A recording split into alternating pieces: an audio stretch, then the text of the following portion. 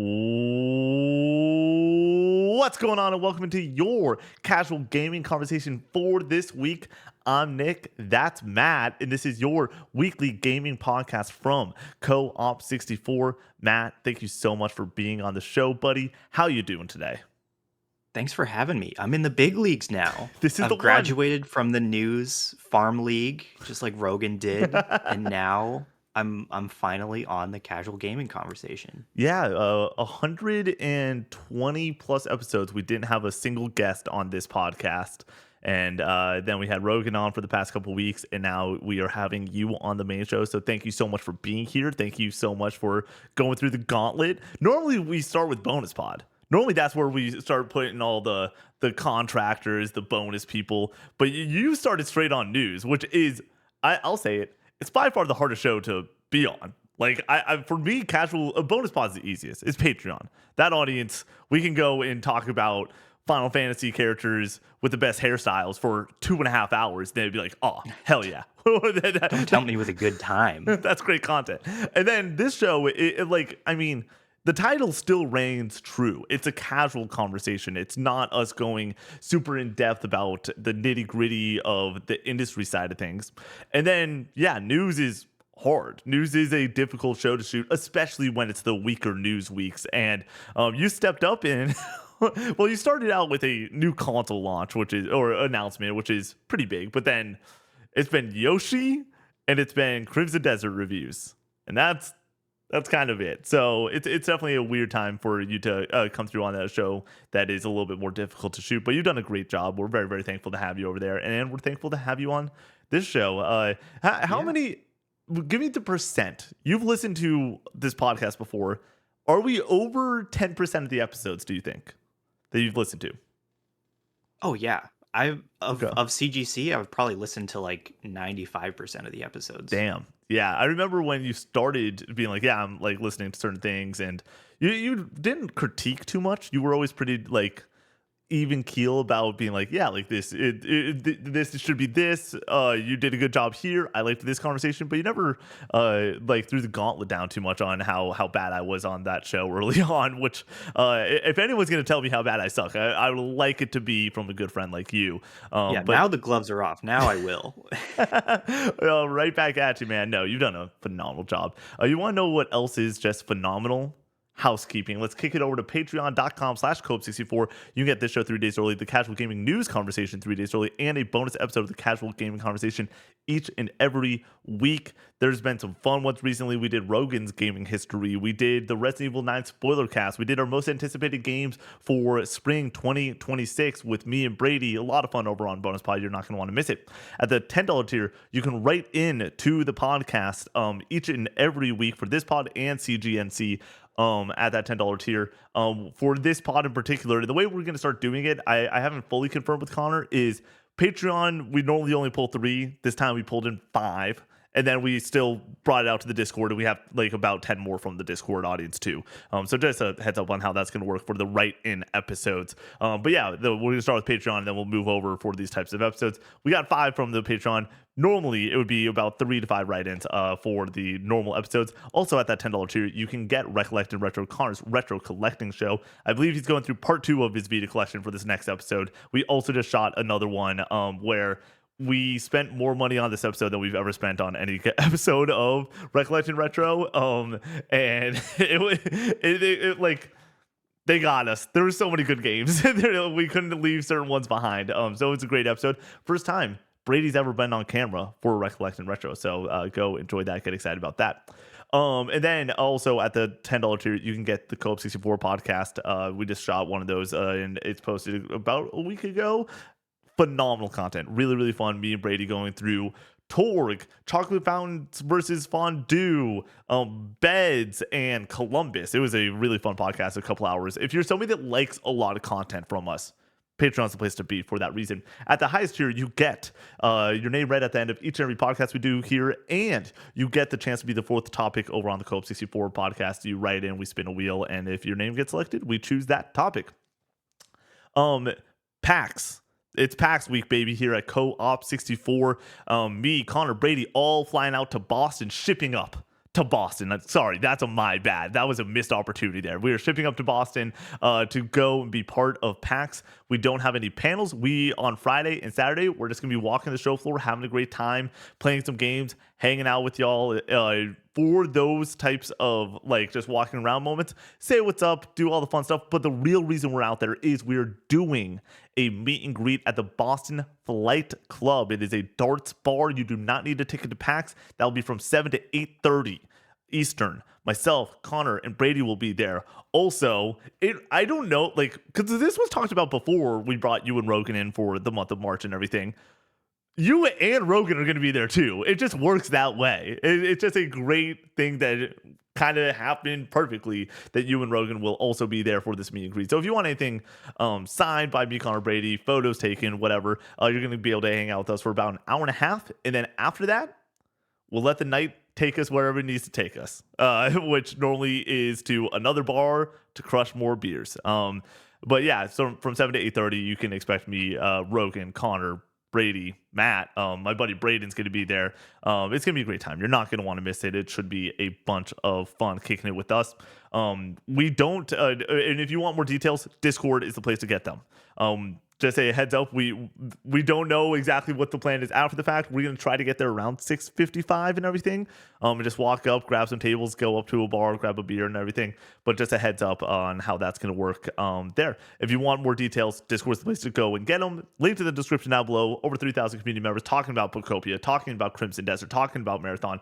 Connor right now is in the Discord playing Marathon. He does not stop. He will not stop. It is kind of insane. He was complaining a lot about losing a lot of loot over this past weekend, and it's been a lot of fun over there. So if you want to play Marathon with Connor, or talk about games, or get excited for WrestleMania, or talk about March Madness, or the Masters coming up, the best place to go and do it is in the Discord, linked in that description down below. Merch, Cope64store.com. Get your merch from us. Reviews over on Apple Podcasts. Drop 5 stars over on Spotify. It really helps. Our biggest audience, this is something that like I've started doing some like back end work and like starting to actually get what our demographics are for these podcasts and everything. Our biggest audience is over on Spotify. So if you're listening to this over on Spotify, drop that 5 stars. Gets the show out to more people. It really does help. And then just drop a comment about your video game hot takes, or what you think about the other people's hot takes during this episode, because we got some spice. And the fun part was peel behind the curtain.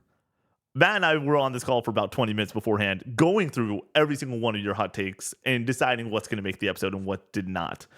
If you wrote in and you didn't have your username, I didn't even look at it. I just completely skipped over it. We always say with our forums, please write in. We want to credit you with your takes and everything. And we feel bad if we don't, so we just skip over it. But we have about 15 hot takes here. And it's going to be a pretty freaking great episode. No hot takes on our part today, because obviously we're bringing in so many other people's hot takes. But yeah, Matt, are you ready to get into it? I'm ready. Let's get spicy. Let's get. Are you a spice guy? Do you like spicy wings? Yeah, I mess around with wing. Like I'll do a medium wing. Like if I'm going to a restaurant and I'm asking them like what are we doing with your spice? Like, do you have like a good house spice sort of deal? And they give me a menu and they got like a handful of. When I go and get wings, especially, I don't want the 500 different flavors of your spices. I want 10 curated ones, and I want you to have 3 or 4 levels of spice. I want mild, I want medium, I want hot, and I want gonna ruin your body the next day. And that's it. Well, when we're getting it too granular when it comes to these other spices, I don't want it. But you want to know where we're going to start out? We're going to talk about a take that could ruin your day.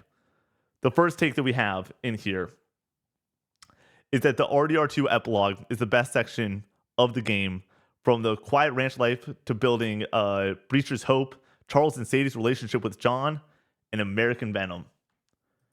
This, I have it over here. I did not pull in the name. This was written in by Jackson Flux. Or, sorry, Jackson Lufkin. My bad. Jackson, I'm going to start out here and just say wrong. Like I just disagree wholeheartedly. Matt, where are you a Red Dead guy, and what do you think about this take? I've only played Red Dead 2, Mm, and I suspect that the author of this take is a big fan of Red Dead 1 yep, because the epilogue, obviously Red Dead Redemption 2 is a prequel to Red Dead Redemption 1. yep, You wouldn't know it by looking at the title, yep. but the epilogue of Red Dead 2 is a lot of connective tissue between Red Dead 2 and 1. Um, I want you to start off Yeah, with this one. so we all know, we all saw it. I streamed for 80 hours Red Dead Redemption 2. Yeah. And I finishing the main story in Red Dead 2, I probably would have given this game a 10 if there was no epilogue. Hmm. Close to a 9.5 still, but like it would have been a lot easier for me to give it a 10. We go from the GOAT, one of the best characters in fiction, Arthur Morgan, and their story. And then we're just doing ranch life for like 6 hours. And then you get American Venom. And American Venom, I've come around. American Venom does rip. It's awesome. Like, that is a cool mission. I Hmm. disagree with the mission entirely.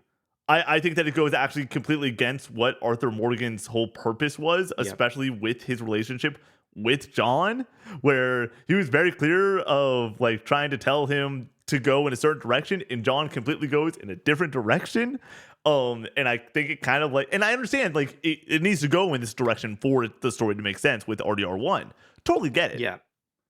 If we wanted to talk just about American Venom, just the last hit, the finale Yeah. of the epilogue, then there's more of a debate to be had. Yeah.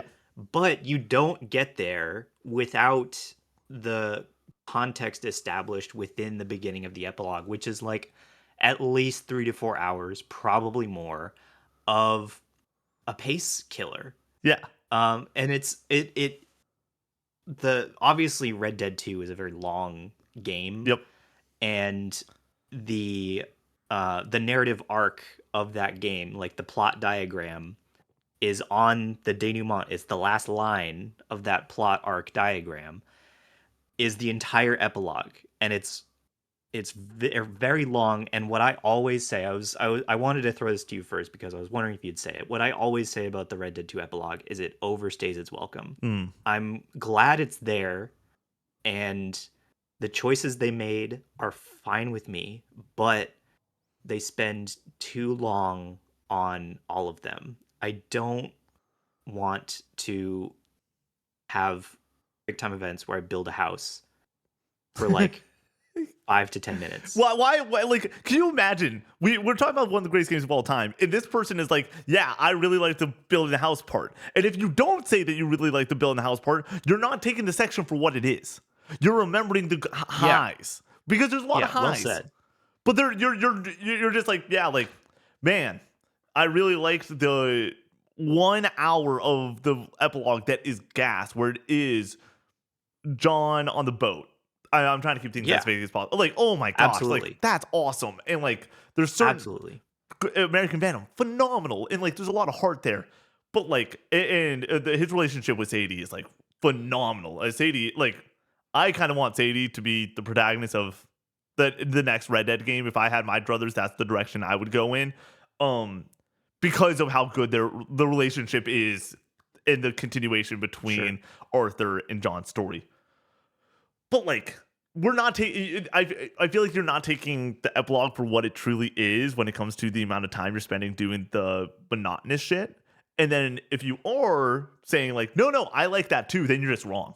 like it's like what you like that section more than, I don't know, the last 3 to 5 hours of Red Dead 2, where it is just some of the most bone chilling narrative gas in any game Hmm. ever created. Like, And the epilogue has a lot, like you said, a lot of really heartfelt, touching, poignant human moments. There's a lot of pathos in that epilogue, and all of it is completely independent from the rest of the game, which is great. But my complaint with it is that a lot of it, thematically speaking, is dependent on your understanding of Red Dead 1. So they're cashing in on a thematic discussion in a prequel to a game that hasn't taken place yet.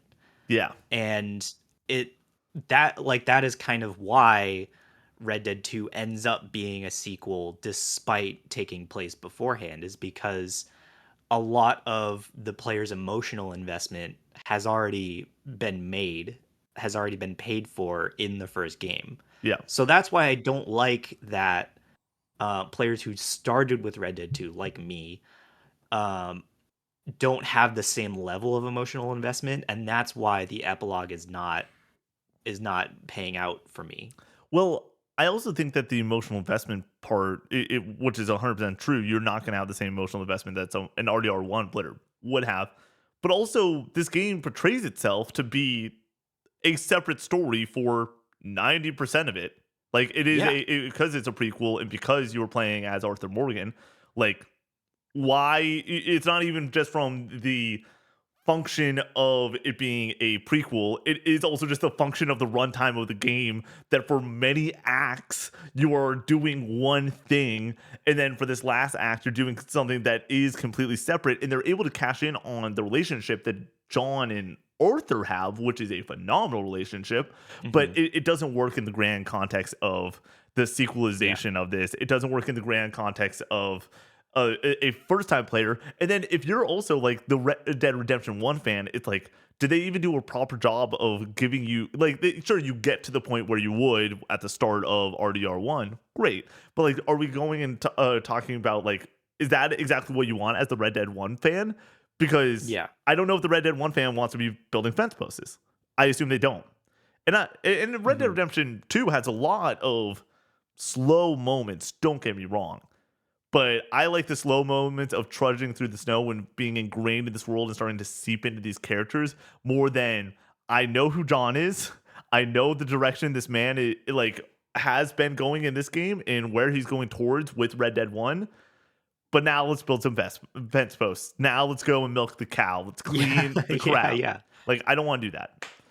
Like you said about it being a 10 up until the epilogue, I think that you could cut the entire epilogue of that game and truly roll the credits at the end of, or right before the beginning of the epilogue, and you'd be fine. Yeah. And I think even the experience of Red Dead 1 would not be lessened Yeah. by cutting the epilogue entirely.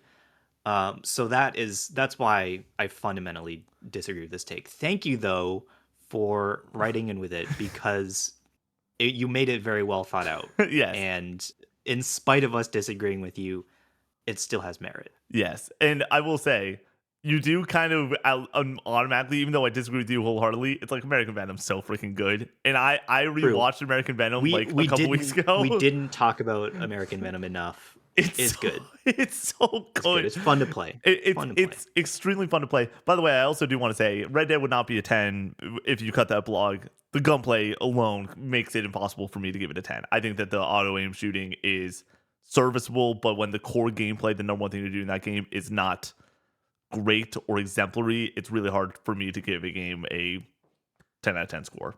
I just want to toss that piece in because I think that somebody was like, wait, really? That's your only gripe with Red Dead 2? No. But still, I think this, I said like 17th best game ever. Like, this game's unfucking believable. Red Dead 2, shout out. Thank you for starting out the episode strong, Jackson. That means a lot. Moving along, my hot take is we need games with more whimsy or wow factor vibes or styles. Even though there are deep cuts out there, we need more. And that's from Neptune. Matt, you Yeah. are a very intellectual guy. You are a very, like, when I think about you, I think about how nerdy you are about certain things when it comes to fandoms, but also you're just a smart dude. Do you want a little bit more whimsy in your life? Well, what do you mean by that question? Uh, uh, Because are you looking for more whimsy in your video games? And do we need more of them? absolutely yes. And I I challenge you on the point that like an intellectual game is divested from the idea of whimsy That's true. because those two are not independent. That is fair. Um, Also, you're not independent on that. Also, as a person, you do enjoy the yeah, whimsy alongside the intellect. But yes, in fact, I would say I gravitate more towards whimsy than sophistication in my taste of video games. okay, Um, and so that's why I agree wholeheartedly with this take that um, whimsy is never I would never turn my nose up at it yeah, when I encounter it in a game, especially by surprise. But more so, I think this take is going with we want a sense of childlike wonderment to be ingrained in the DNA of the games that we play. And I think that there is like a need for change on this because a lot of the games that we point to when we talk about whimsy are starting to get a little bit older. They're starting to get a little bit long in the tooth. I think that like the Earthbound series is one that a lot of people will point to as the poster child of whimsy when it comes to games. And a lot of those games' spiritual successors are kind of relegated to indie crowds, yeah, and haven't found a huge following. And I, I wish that were not the case. I wish that more people gave a nod to your Undertales. yeah, Is a very very popular example of a game that strove to I don't want to say emulate because it's not copying the whimsy of Earthbound. It's inspired by it. yeah. And instead of emulating, it does its own it forges its own identity from that inspiration. I wouldn't call it derivative. And it puts a smile on your face in the way that no other game ever will. So that's why whimsy is important, is because it will give you it'll allow you to feel emotions that you will not feel by playing the most popular games on the market right now. Because and like some of the most popular games this year, like Resident Evil, Yeah. is barren of What? whimsy. What? Of Really? I think that people love their survival horror, and I would challenge you to make a survival horror game that has childlike wonderment as a foundational core. Um, and I'm Matt, sure million the million indie dollar idea. Million the dollar indie idea devs right are there. salivating at the mouth, but I think it's harder to execute than you think. I think that you can't go wrong um, with appealing to a sense of childhood joy. Yeah. I want to hear your thoughts on this because I'm rambling. You're totally good, dude. I don't know if you realize that that's what this podcast is. It is just rants.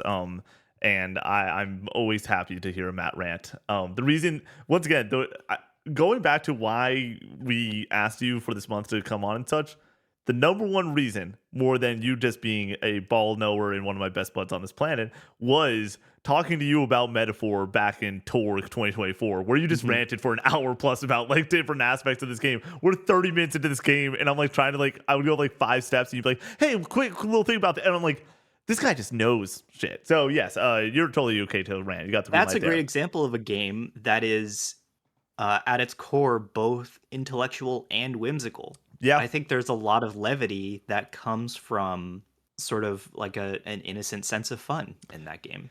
yeah. I want to talk about like there are elements of whimsy in some of the AAA space nowadays. Like I'll bring in the character Eske from Clear Obscure. There's a whole Sure. lot of just like joy and laughter, and the dude pukes wine, and just like there, yeah, it's fun. But when you think about Expedition 33, you think that's a more dark and I also deep wouldn't video call game. it AAA space. Yeah, that's true. That is a double A. I mean, it won indie game of the year. So let me. I look at that game as a double A game, but that's me. That's my opinion. Apparently, people disagree with me on that. Enough so that it wins indie game of the year out of multiple award shows. With that being said, there's games that have whimsical elements. I want the full whimsy. I want I want the full all in, a game Mhm. that I I'm think gonna there's space for both, yeah. but yeah, go off. Tell me Yeah, more about the full whimsy. like I haven't played this game. It's a game I want to play relatively soon. Katamari Damacy. Like Mhm. that game. Just I've had to pull footage in the past for it and random video. That game just seems bananas. Like that game just Perhaps the is king of whimsy. yeah. Maybe Like the most unserious game ever to exist and and beloved for it. exactly. Like I want a game that is just supposed to be silly and like you said, that you see that in the indie space, but I want more of that. I think about like what a even this is about to be weird, but like stick with me on this. Like what can we do with like a fun twisted metal version thing nowadays where it is like we sure we have the like real racing video games right Mhm. now, but like what are the Burnout devs doing? Like can we find a way to go and have this be a more wacky arcade Yeah. shooter driving around type game? And then yeah, we're getting Star I Wars Galactic Racer this year, and I'm like, I Yeah, I can't wait for think that that for I that was reason. about to say Galactic Racers is kind of promising that. I think it's gonna be kind of a jokey time. Yeah, and like I'll say that Nintendo actually does this still decently well, where you do have things like Absolutely. we are getting another Rhythm Heaven, we're getting another Tamagotchi Life. I think Yoshi and the Mysterious Book. We look at that game, we talked about that game for way longer than most people would talk about Yoshi and the Mysterious Book when it comes to a trailer. And it stems from the fact that there is so much more to that game that is heart, levity, the charm that you get when you were talking about the Nintendo titles. But yeah, Yeah. let's crank those numbers, dude. Let's get. I feel like maybe that's a prescription I need in my life as somebody that right now is Yeah. And I think that I would prescribe you more Nintendo games because they are the last bastion of whimsy in the AAA space. Um yeah. I mean, I'm gonna like both play.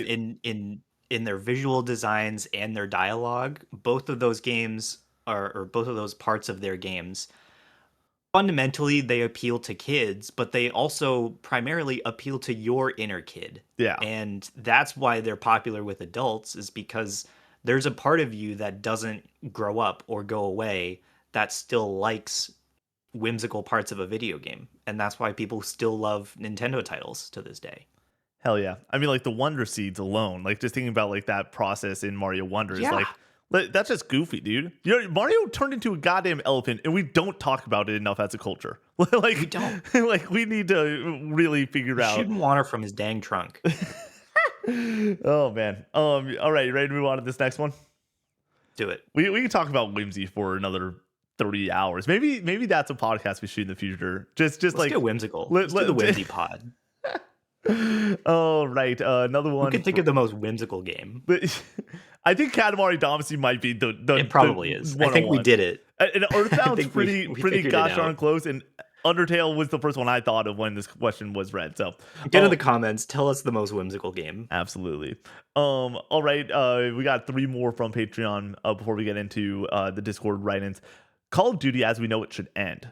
They should become one live service game designed around one game engine and contract different studios to have regular content updates for each of Warzone, multiplayer zombies, and Spec Ops missions in place of the campaign.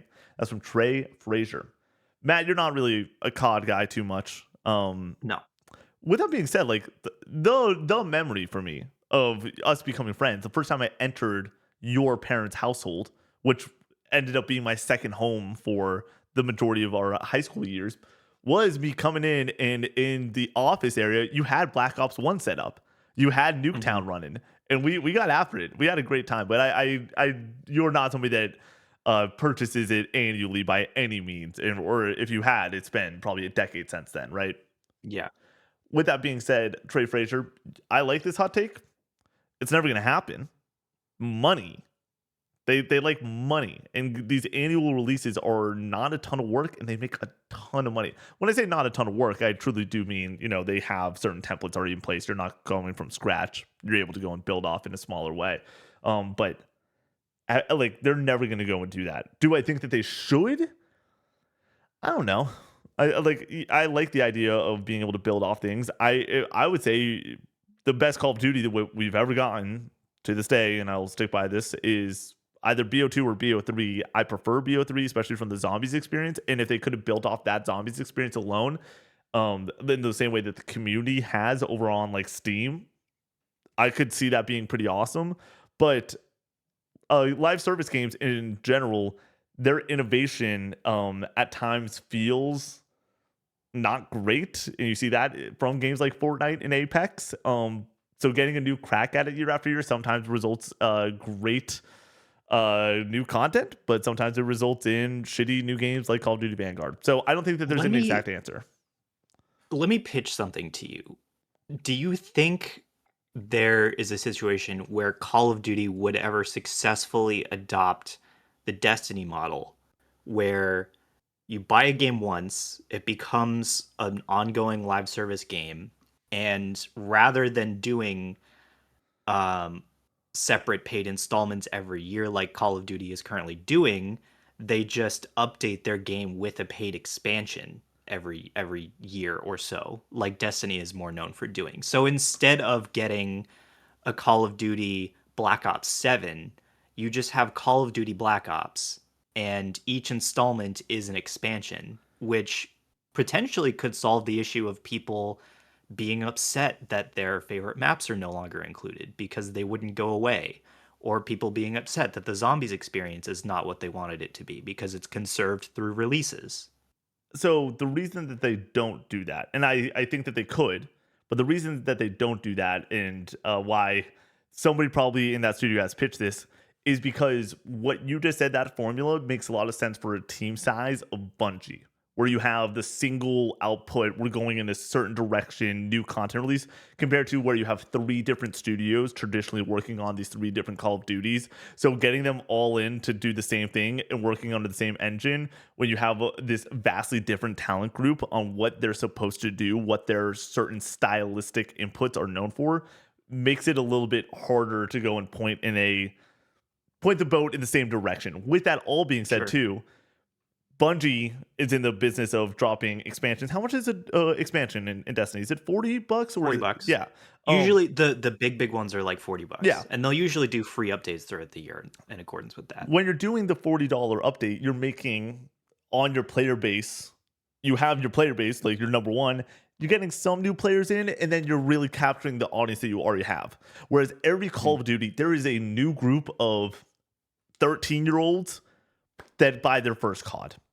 And because Sure. there's the new one out there. And so you're able to bring those players in. You're able to bring in the new people. You're able to bring in the old fans that used to love Black Ops 2, and you bring Raid back and Hijack back, or you bring Firing Range or Nuketown back, and you're off to the races, right? That's the main reason. There's more money going into it, and because there's more money going into it, you need to go and have a certain amount of people to come back around.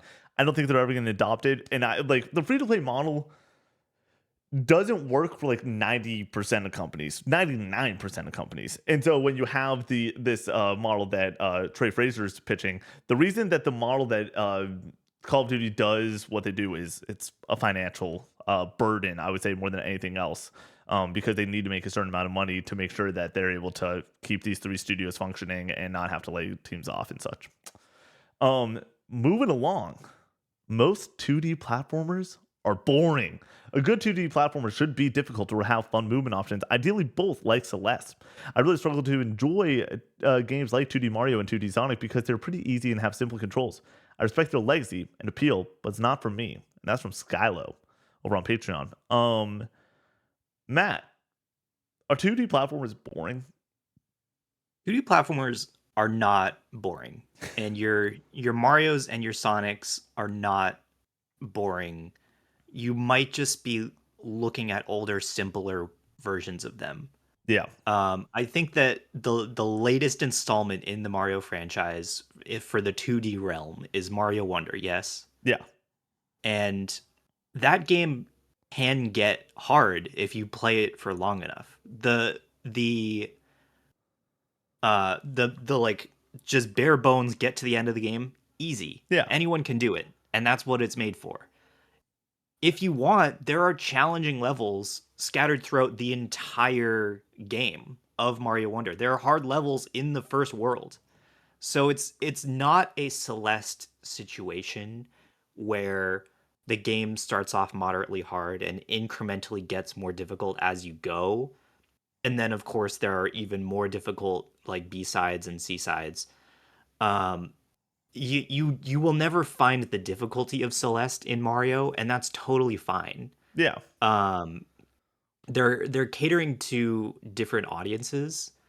Um, like if you're someone who plays Hollow Knight and you're like, I love the Path of Pain, you're probably not really enjoying Mario that much because your reflexes are tuned differently. Yeah. And that's totally fine. That's just how your brain has developed over the course of playing really hard platformers. And that's great. There are so many out there for you to enjoy. And even I would point to Mario Maker as like they've made some dang near impossible levels in that game. And it's a Mario game. Love it or hate it, Yeah. they put the tools in the hands of the players and let them run wild with it.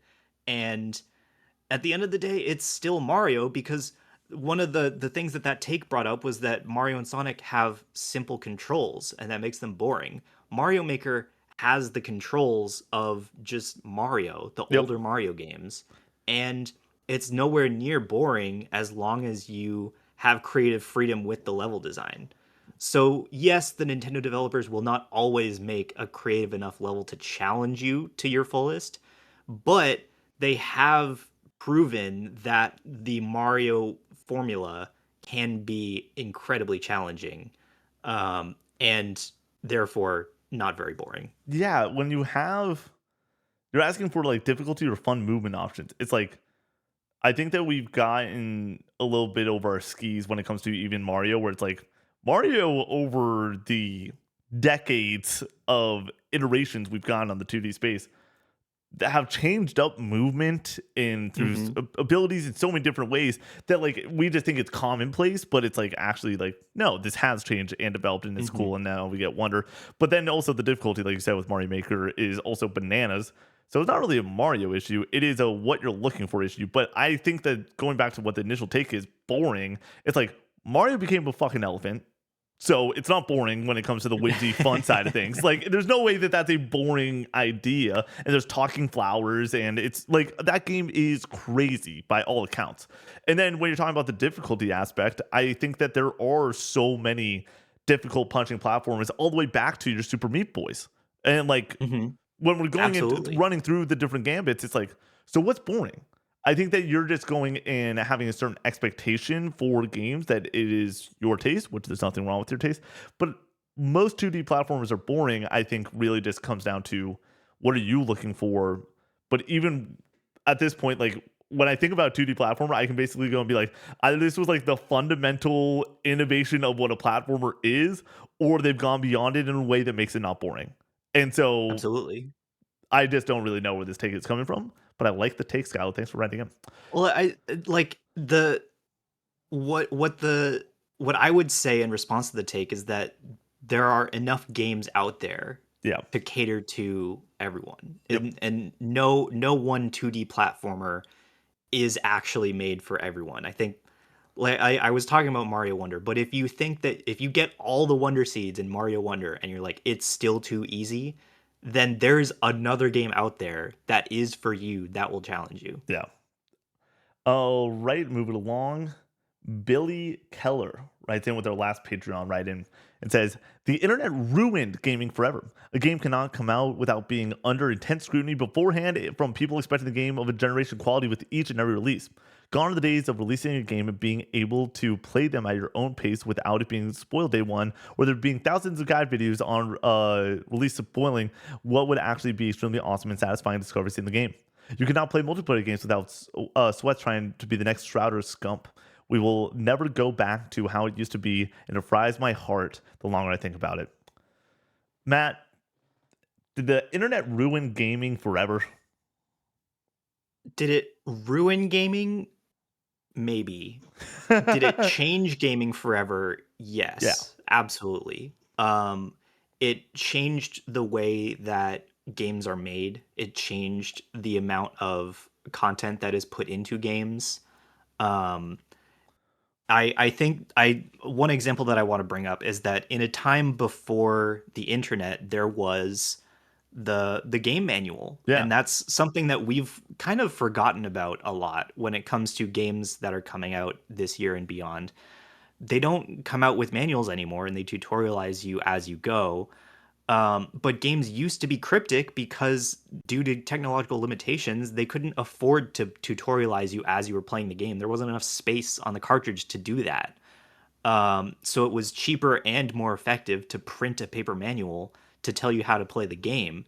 And nowadays, some games don't even tutorialize you. They'll throw you out into um, like a sea of mechanics, and it's sink or swim. And a lot of people, for their floaties, they go on the internet and they look up how to play the game. And for better or for worse, I think there have been changes that are made to that because on the plus side, you get a lot of like secrets that are put into games that never would have been put into those games were it not for an interconnected community of people who are working together to find them. Like I think, for example, Elden Ring would not look the way it does with as many bosses, weapons, items that are all hidden from view were it not for the millions of people who would collaborate on how to find them. Yeah. And I think that's a positive good in the way that the game has allowed us to connect with people even in a single player experience. Um, the negative side to that is I think that I forget if it's like Gabe Newell who said that players will always find a way to optimize the fun out of everything. The internet is a fast track to that.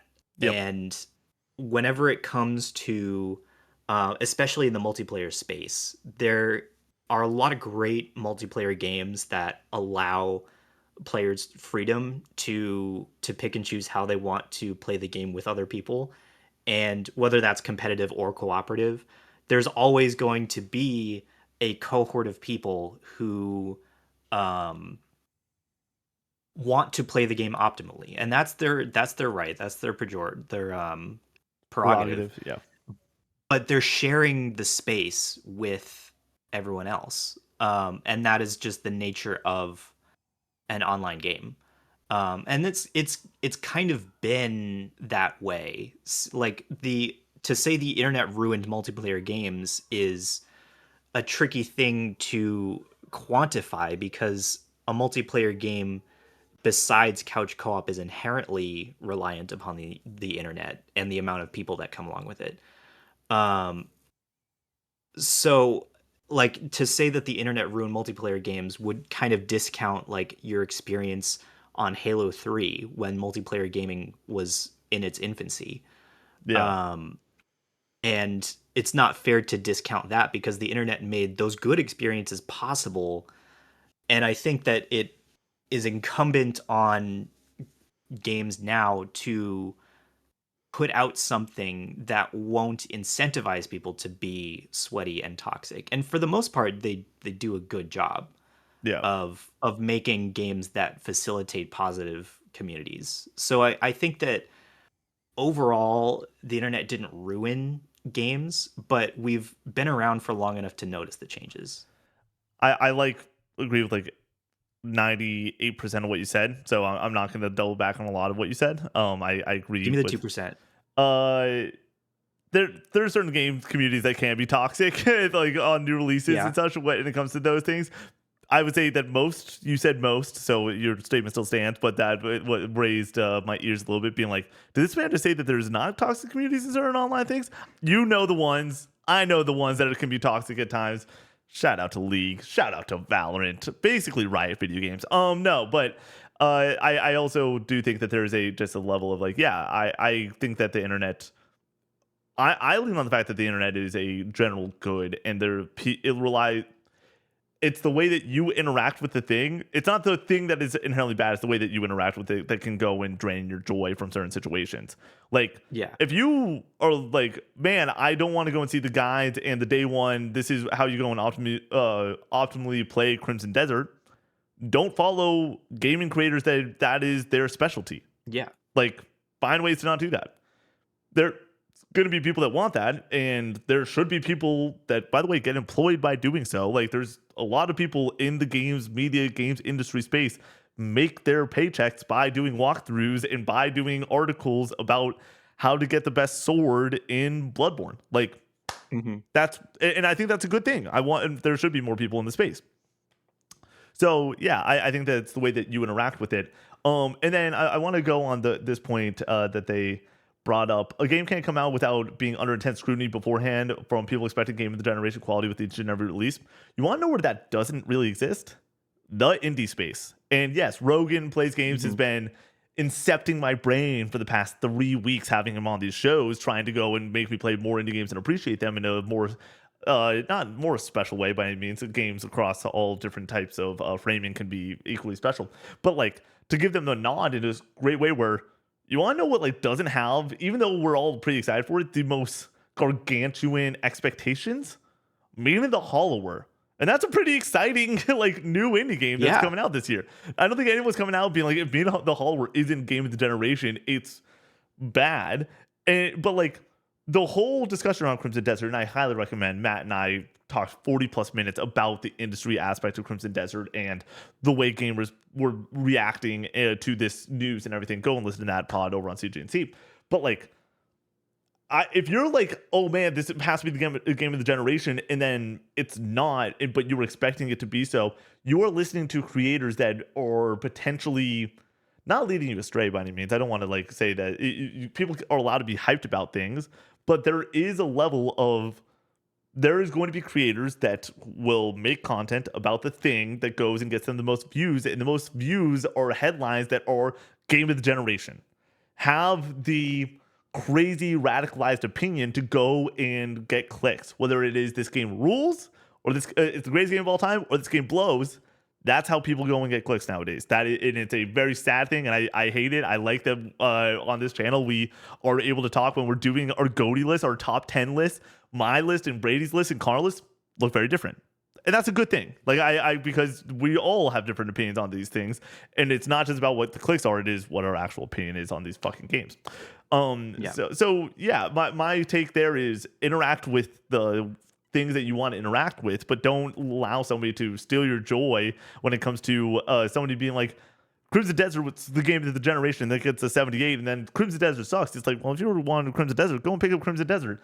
Like Mario Tennis Fever, if anyone told you that game was supposed to be the game of the generation, and you're a Mario Tennis fan, and you don't pick it up because it gets a set, like, no, it's Mario Tennis. Like, not every game needs to be that. There still is a lot of pockets for certain games to go and fall under, and that's a good thing. That's a healthy industry. So, I really like what you said about the indie space, because like those games are, like you said, they're made not under the scrutiny of a million people who are following its development, and I think they're better for it. I think that without the pressure of needing to put out an expected product, people put out better games. And furthermore, the internet improves the visibility of those games by allowing people to share them around in ways that they otherwise previously would not have been able to do so. Like in 1995, Undertale could have been made, but it could not have been played by as many people as it has been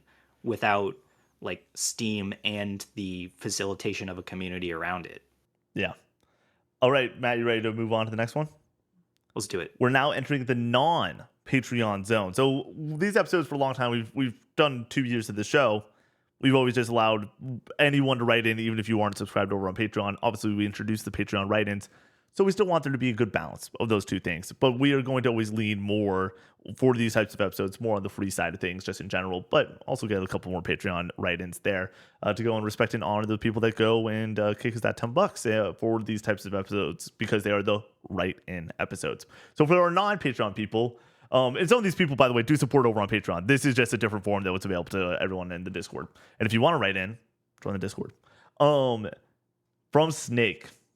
The characters in E33 outside of Mael, Renoir, and Verso are very one-note and forgettable. I agree. Well, correction. I agree with some of this. The one note, yeah. I think some of them are very much like they're out to do this thing sort of deal. They are not super deep. But like I wouldn't say like SK is like No, it's Yeah. hard to forget SK. It's kind of hard to Let's forget get Gustav. let's get Also, specific. Let's get yeah. granular. By the way, no spoilers for E33. It's kind of hard to forget Gustav. Mhm. It's kind of hard to forget SK. It's kind of hard to forget certain other characters that exist in this world due to certain video game moments. With that being said, a lot of them are one note. A lot of them are not. And once again, I went through all of CL's story. I went through majority of Lune's story. I didn't go and do every like final mission, Act 3 sort of deal for each side character. I did. This is why I freaking love having you I'm on, gonna man. talk about it. I think some of those stories are cool, but also not great. Like I think that they're like very much we're setting out to do this one thing to add a little bit of interest, but their character motivations don't make a lot of sense. I think that they are completely fine within the party, and there's more content there, but it is not this super like in the same way that Mael, Renoir, Verso, this core aspect of the game, the real push of what this narrative is trying to push, and the driving point of the storytelling is that, or those three characters, and everyone else, I think, is a little bit more fluff to the side. Can you read me back the list of characters that they said were important? Yeah. Mael, Renoir, Verso, And that's it. and that's it. Okay, so let's get into the others that were not mentioned. Lune, forgettable. I agree. Sorry. CL, forgettable. I agree. Sorry. Eskia, highly unforgettable. Yeah, like insanely unforgettable. A cultural moment to be certain. Yeah. Sometimes we sometimes we woo. Like there's lines, there's the adorableness. They sold plushies of this goddamn thing. They are definitely not unforgettable, but I think they are one note. Monoko, highly unforgettable. That's a great pull. The dude eats feet. Come on. And Gustav, I would also say highly unforgettable. Can't forget Gustav. Yes, I agree. And so that sort of rounds out a lot of the main cast. Like I think Noko he tags around a little bit, but he's a minor character. Yep. I think of the major characters that we mentioned, the reason why some are forgettable and others are not is because the forgettable characters have their most memorable or backstory that contributes to their unique identity encased within remote dialogue and remote scenes. It is difficult for you to form attachments to CL and Lune because you have to facilitate conversations with them and then also go on Act 3 side quests with them in order to gain the same amount of backstory and appreciation that characters like Mael, Gustav give to you over the course of the main story. Yeah. You're a captive audience for those characters, and you are not for the rest of the party. And so like even like Gustav and Verso, you can't miss pretty much any of their backstory. Yep. Even like in the collectibles, you aren't missing anything if you just play the game start to finish. Whereas someone like CL, you can read through those conversations, and if you aren't paying close enough attention, you'll miss details from her backstory that will hinder your appreciation of her, which is unfortunate and sad. I agree with that take, minus like Eskia and Monoko, and Monoko highly memorable because a lot of his comic relief is in the main story in the cutscenes. Yes. And you're like, this dude is zany. Yeah. And there's no escaping the zaniness. The one note comment is where I think Monoko is a little bit one note. I think that he is the comic relief guy in this story, but there is heart with him and Verso and SK and stuff like that. That is part of the story too. I'll harp on the same point I made. Monoko's backstory side quest is where he becomes less one note and has a more heartfelt attachment with other characters, but you have to go out of your way to do that once again. But which, by the way, I did, and I would still say I don't like. Monoko is one of my favorite characters within this game. I don't think that like dude, I like straight up, like I was like, oh yeah, Minoko's part of this. Like it took me a second to be like, who's all in this cast for a game that like I kind of adore, but the reason I adore this game is Verso Mael Renoir. And It's that's funny that you say that because I feel like the social link that you explore with Monoko is highly similar almost to a beat with the one you experience with Heisme in Metaphor, and you love Heisme, I but it didn't do you for you Monoko. spend more time with Heisme. Also, like, yeah, for sure. You spend more time with Heisme. I also like I would say Verso and Minoko are more brothers. They're the boys, you know. Whereas Heisme has a more parental relationship with the main character in Metaphor. But I do understand what you're saying. They do especially when they get introduced to the story, especially and how much they're able to build throughout. But yeah, I go back to the fact, and the reason that this isn't a 10 out of 10 game for me or a 9.5 out of 10 game for me, it's a 9. It's an amazing game. The combat's phenomenal, the world design, all the great stuff that makes Expedition 33 Game of the Year, one of the most awarded games of all time in video game history. Not that great is I don't like. We're talking about a large sleuth of the characters in this game that I'm like, I like, or you're forgettable. I don't love a lot of the characters outside Mael, Renoir, and Verso, and I truly my love really comes from I like apparently like father figure s characters can always get to me for some reason. It's Renoir true. is my favorite character in this game, and I've been very clear about that over many podcasts. Andy Serkis I think puts on the best performance in this game, followed up by Jennifer English's Mael, and then Verso Ben Starr. Charlie Cox puts in a solid performance too as Gustav. I definitely should not have been nominated, in my opinion. Like definitely should not have been nominated. Really good performance though. We can go on and on about this. We got to get Matt. We are like 6 takes in and an hour into the shoot. We gotta not go and make all these 12-minute podcast topics. From OJ, boss fights are the only fun parts of Souls games. I forgot when we were going through these that this was on the list. Yep. Oh boy, can I take this one? Yeah, go for it, kid. I think that exploration in Souls games is just as important to your experience and appreciation of them. Like you guys talk about Bloodborne all the time. Yeah. And what do you say is the one thing about Bloodborne? Are we going it's got the sauce, or are we going it's with the sauce? Yeah, okay. I still don't like really know what you mean when you say sauce, because I just think of like a bottle of barbecue sauce, and that's not in Bloodborne. Yeah. You're using an abstraction to say that the atmosphere of that game is king to your appreciation of the game.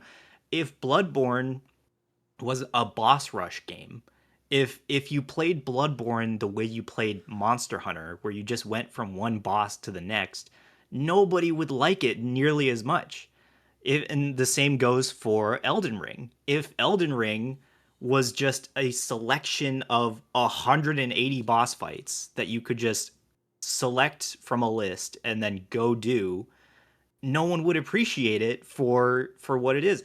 And yes, it takes so long to make those boss fights and to make them worthwhile, but it is not the way that video games are paced to only appreciate a boss fight. It devalues the boss fight when all you do are boss fights. And so the level in between is not necessarily a barrier of or cushioning. It's more of a staircase to lead up to a boss fight.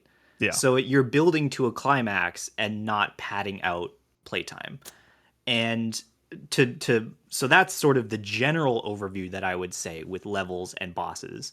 Now, if we hone in on the Souls games, and the ones that I've played are Bloodborne and Elden Ring, the exploration that you do is just as much part of the game, and part of the developer intended experience as when you get to a boss. And I think people love Souls bosses because of how tight the controls are. They make for really fun, difficult, and engaging fights, and that's why people focus on them.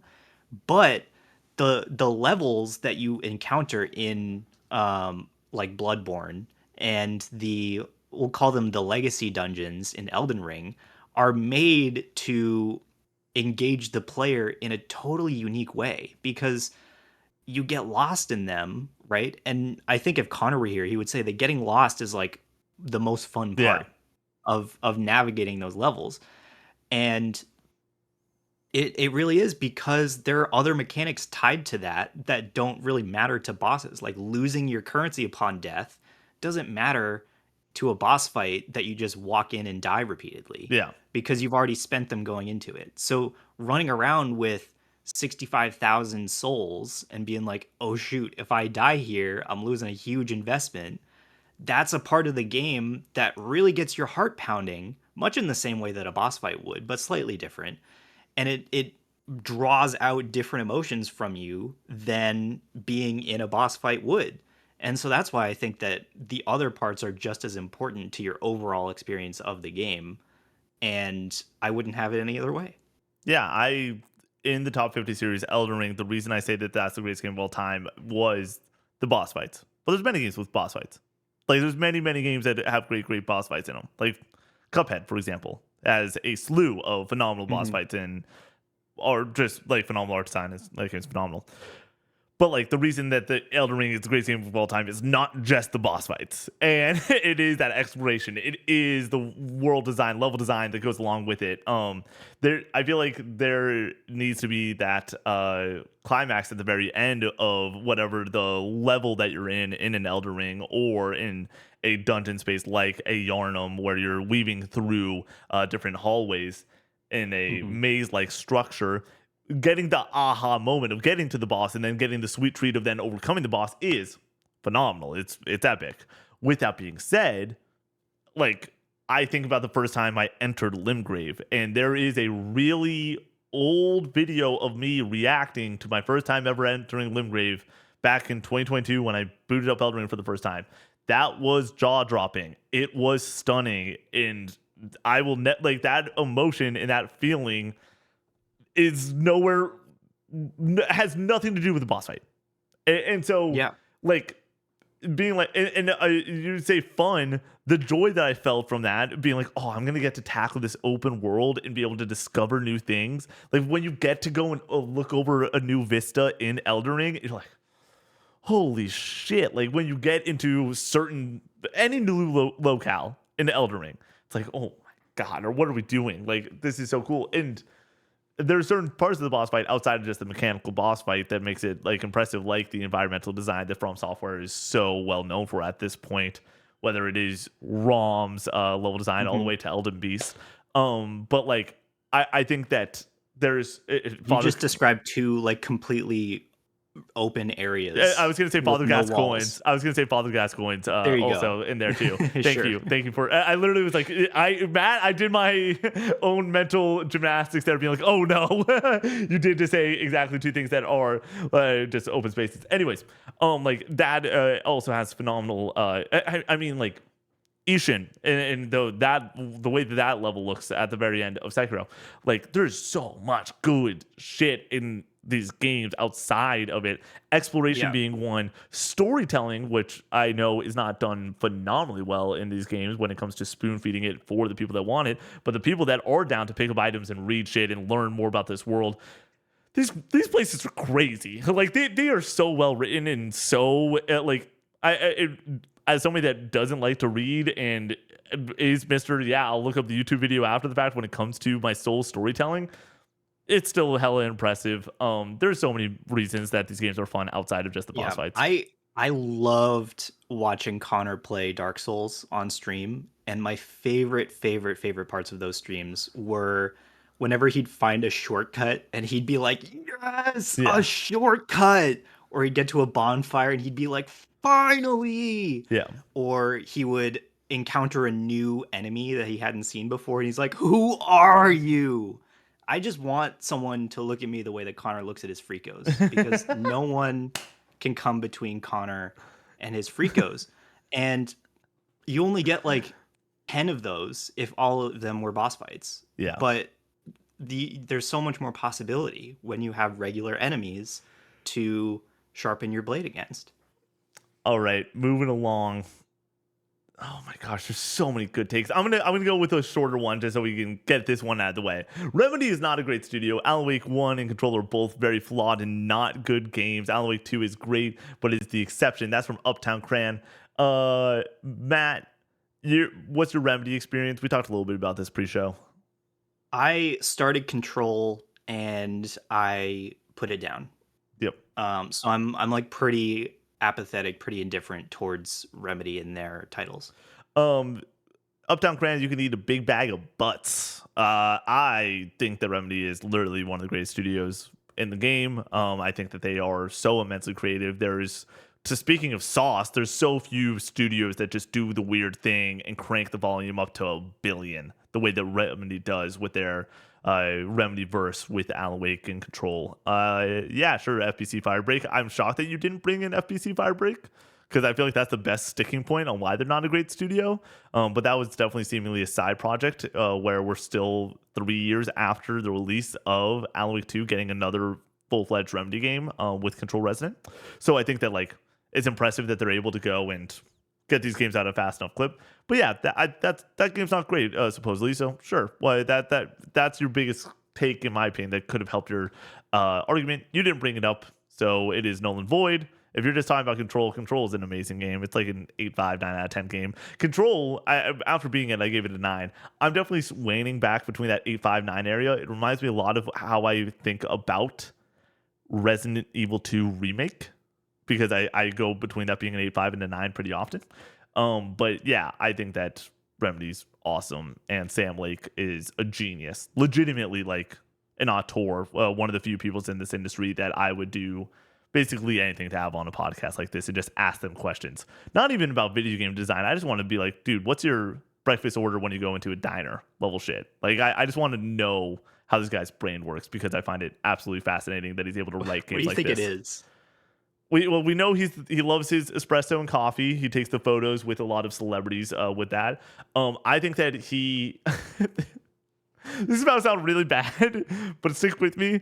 I think he might do the Xeno order from Captain America Civil War, where it's a black coffee and no side of bacon, and that's it. And then he's writing. But yes, no, I don't think Sam Lake's a supervillain. Let's add a pancake in there too, just for some fun. But a single like cinnamon pancake, and that's it.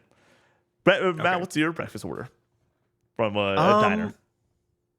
I think usually pancakes. I think is if I go to a diner, I know they got pancakes. Yep. So that's what I'm ordering. But I'm not walking out without some home fries. Dude, home fries are unbelievable. Or if they do hash brown, sure. Some kind of breakfast potato is a must. All right, moving along. We got more and more great hot takes. Let's go here. This is from a Connor from another mother. The current generation, the PS5 and Xbox Series X, has surpassed the previous generation in quality, the PS4 and Xbox One. I'm gonna just like big strike, big X. I disagree with this. Especially if you're talking about the first party output of PlayStation and the first party output even of Xbox. First party output of Xbox is a non-factor in my opinion, because like there's a couple fine titles on the Xbox One generation, but the Series X has a couple of fine titles alongside it. And then the PS4 generation, I think it has so many more strong exclusives. And then like it is a pick your favorite side of things when it comes to the third party space of like, yeah, Elden Ring and Baldur's Gate 3 are phenomenal, but like The Witcher 3 and Sekiro and a bunch of other phenomenal titles are in that generation too. Mm-hmm.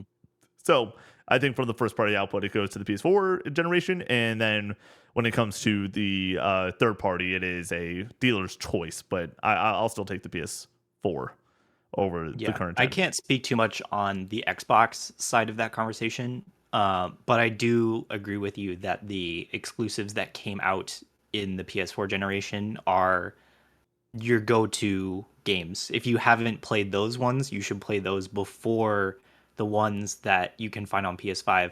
A lot of them have been remastered, is how much they care about making sure people get those games. Like the Last of Us games have been remade so many times. The Last of Us 2 being the one that was initially released in the PS4 generation. Yeah. Dude, we got like a Last of Us remastered. We got a Last of Us 2 remastered. It's crazy. Just was sort of a a new IP that was followed up with in Ghost of Yotei. And while Yeah. Ghost of Yotei is sort of, I believe, a definitive improvement on Ghost of Tsushima, first of all, you're missing out on a completely different narrative that I think both are very important. And second of all, um, you wouldn't get there without Ghost of Tsushima. And so that's why I think that the PS4 games are must plays before the PS5 titles, because even if the quality of those games has surpassed the previous generation, and maybe you could say that like higher fidelity and better sound design are a marked improvement in quality, I don't think that that makes it a priority to play those games in favor of other things that you might like more. From Roland K, bad marketing for games should not be a factor as to whether a game is good or not. High Guard was a good game, but people did not like it because of how it was marketed. That does not make sense to me. Like I said, that's from Roland K. This is about to. I'm not trying to like. I'm not trying to sound holier than thou by saying this or anything like that. I have a marketing degree. Any video games are a business, and if you are failing to market your game properly, your product's going to suffer. That is a fact. Should it be the case? No. But there's many very talented people and very useful products that do not fly off the shelf. And when it comes to the talented people, don't get into the right agencies or fields when it comes to a talent proposition because they are marketed poorly. It just is what it is, in my opinion. High Guard, Matt and I played some of it together. It was a great time. Matt, you are the Dome Splitter? Matt, the Dome Splitter Lucid was what For as long as you remember how to say it. Yep, for as long as I can remember, Matt and I were making jokes and having a great time playing High Guard about Dome Splitters and laughing our ass off and having Connor play with us too. And yeah, I think that like High Guard is a good game, but the marketing did do itself no favors, and also being good in the multiplayer space is not good enough. I think that that is not just a case of the way that it's marketed. I think that that is just a way that the world of gaming works nowadays when it comes to the gaming space in the multiplayer space. Like, you can't just be good. We say it all the time, and that's not even a marketing issue. And I think that, yeah, High Guard is a good game. I don't think that it's one of the best games I've played this year, or even a great game by any means. High Guard, rest in peace. Matt, what say you when it comes to the marketing aspect of video games, and whether it is it should not be a factor as to whether people like it or not? I think that when it comes to the marketing budget and the overall like quality and reception of a game, I think it's correlation and not causation. And I think that's important to remember, because no matter how the marketing campaign goes for a game, it doesn't change the game. It doesn't change the product. And I think an important example of when that comes into play is that indie games, very low marketing status, Yep. little to none, and relying largely on word of mouth. There are a lot of diamonds in the rough. You know, listen to Rogan Plays Games. He'll get you onto games that don't have a lot of marketing going for them, and they're tremendous games. They're really Yeah. good. And you'll have a lot of fun playing them. They'll make you feel things that you'll never feel in the AAA space. And the only reason why we're not all talking about them all the time is because they aren't put in front of us as much as AAA games are. And it's not an indictment on AAA or indie games. It's just how the marketing, it's how the chips fall Yeah. in the marketing space. Once So again, I think that games can be good if they're not marketed well or at all. yeah. And games can be bad if they're really marketed well. Yeah. And I try not to let that trick me into thinking how good or bad a game is based on how often I see it. I want to go back to with the wording that is presented from Roland. Bad marketing for a game should not be a factor whether the game is good or not. It isn't. The game is what the game is.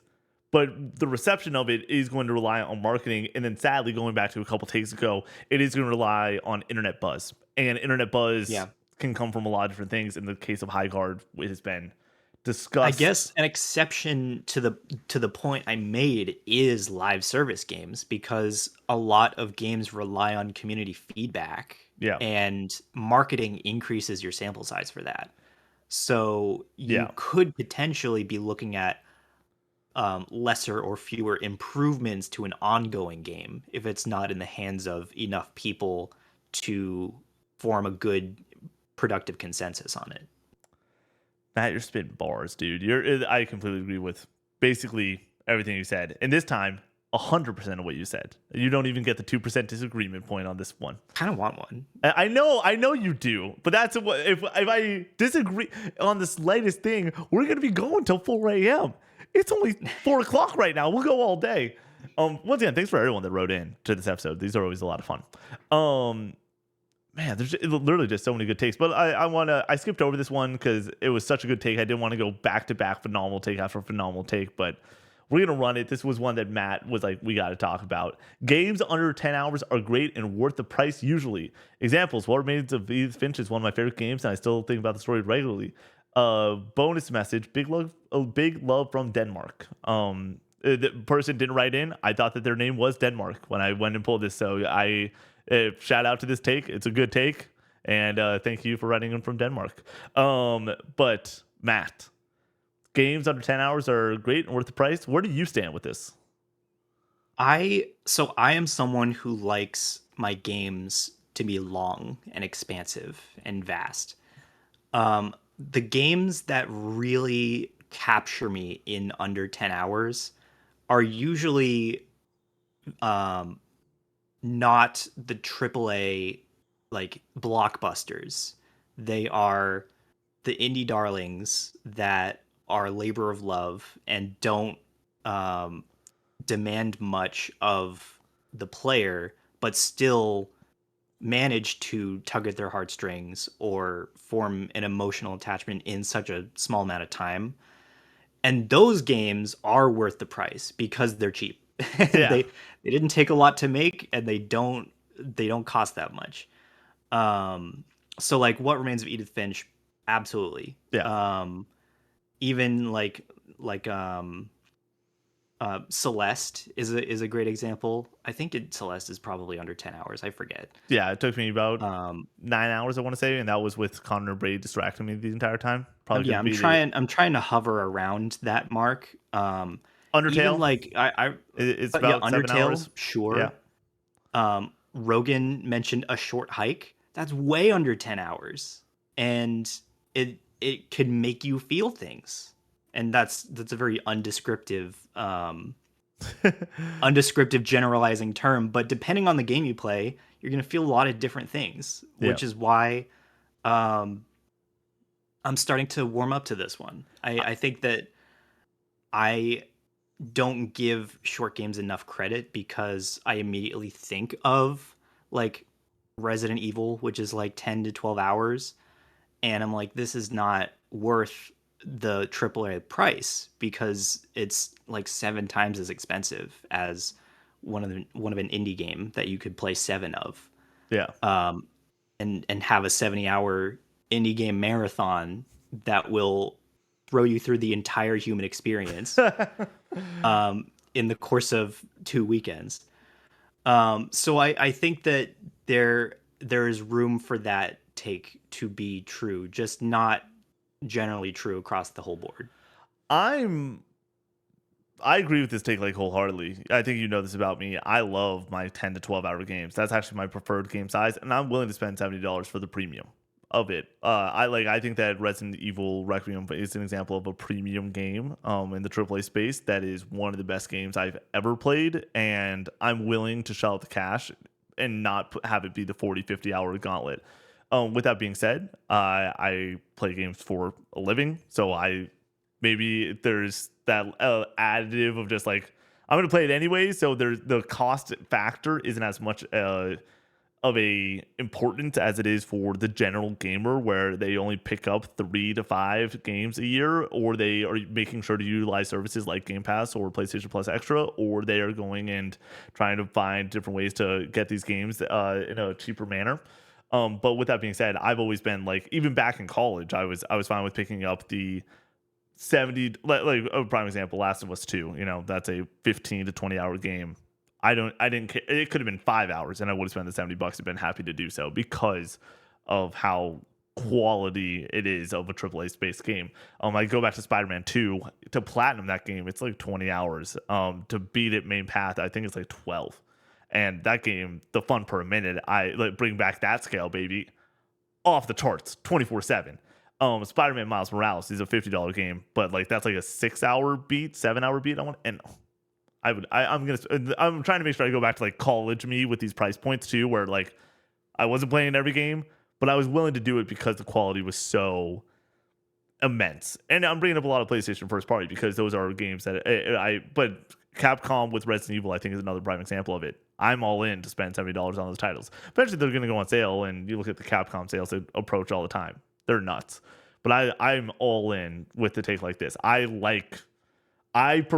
would prefer a game that is a 9 out of 10 and is very like $70, 9 out of 10, 10-hour game compared to an 8 or an 8.5 that is 75 hours and was the same price point. Yeah. The last thing I'll say on this is that I the only reason why I admonish the 10-hour sort of time frame is that I don't like to tune my attention span to shorter projects because there will always be a game that comes out and it's 40 hours long and it'll take your breath away. But if you're used to playing 10-hour game after 10-hour game, you'll get halfway through that 40-hour experience and you'll be like, okay, how much longer do I have left? True. Chat, how much longer is left in this game? How many hours do I have? Matt, how many more screens until I'm done with this game? Why are you calling me out? Why are you calling me out? Because it's every single game. Yeah, these okay? games are so long. Games. What do you think is like genuinely if you were to say average game length, and let's take price away. If I were to say average game length, when you expect to play a video game, how long are you expecting to play it for? I think, like I said, take the price away because like a $10 game, we're all okay with it being a couple hours and we're good to go. $70, you might expect a little bit more meat on that bone. When I just say, hey, we're playing a game, what's your Mendoza line of this is a short game and beneath this is a longer game beyond this? I think the Mendoza line is like 30. I think 40 hours is the difference between a short and a long game. I would say 20 hours. I think that over 20-hour game is a long game. We've proven that we have different predilections to how long we think games should be. Yeah. And that comes out in like how patient you are with a game that takes a lot of your time. I will say streams are interesting, and the reason that this is a side tangent. The reason I ask so often on streams like how long certain things are, or I'm a very completionist person. I like to get onto the next thing. That is the nature of who I am when it comes to even like my weekly to-do list and such. I want to make sure that I'm progressing. But the other aspect of it is like the business side where it is, okay, like I want to make sure that I beat this game by this point. So then we can beat these games in a couple weeks. So when I know I'm going away on vacation, when we have a summer game fest, when I need to just work it within the schedule. That is why I'm consistently asking, because I'm always thinking about the business aspect.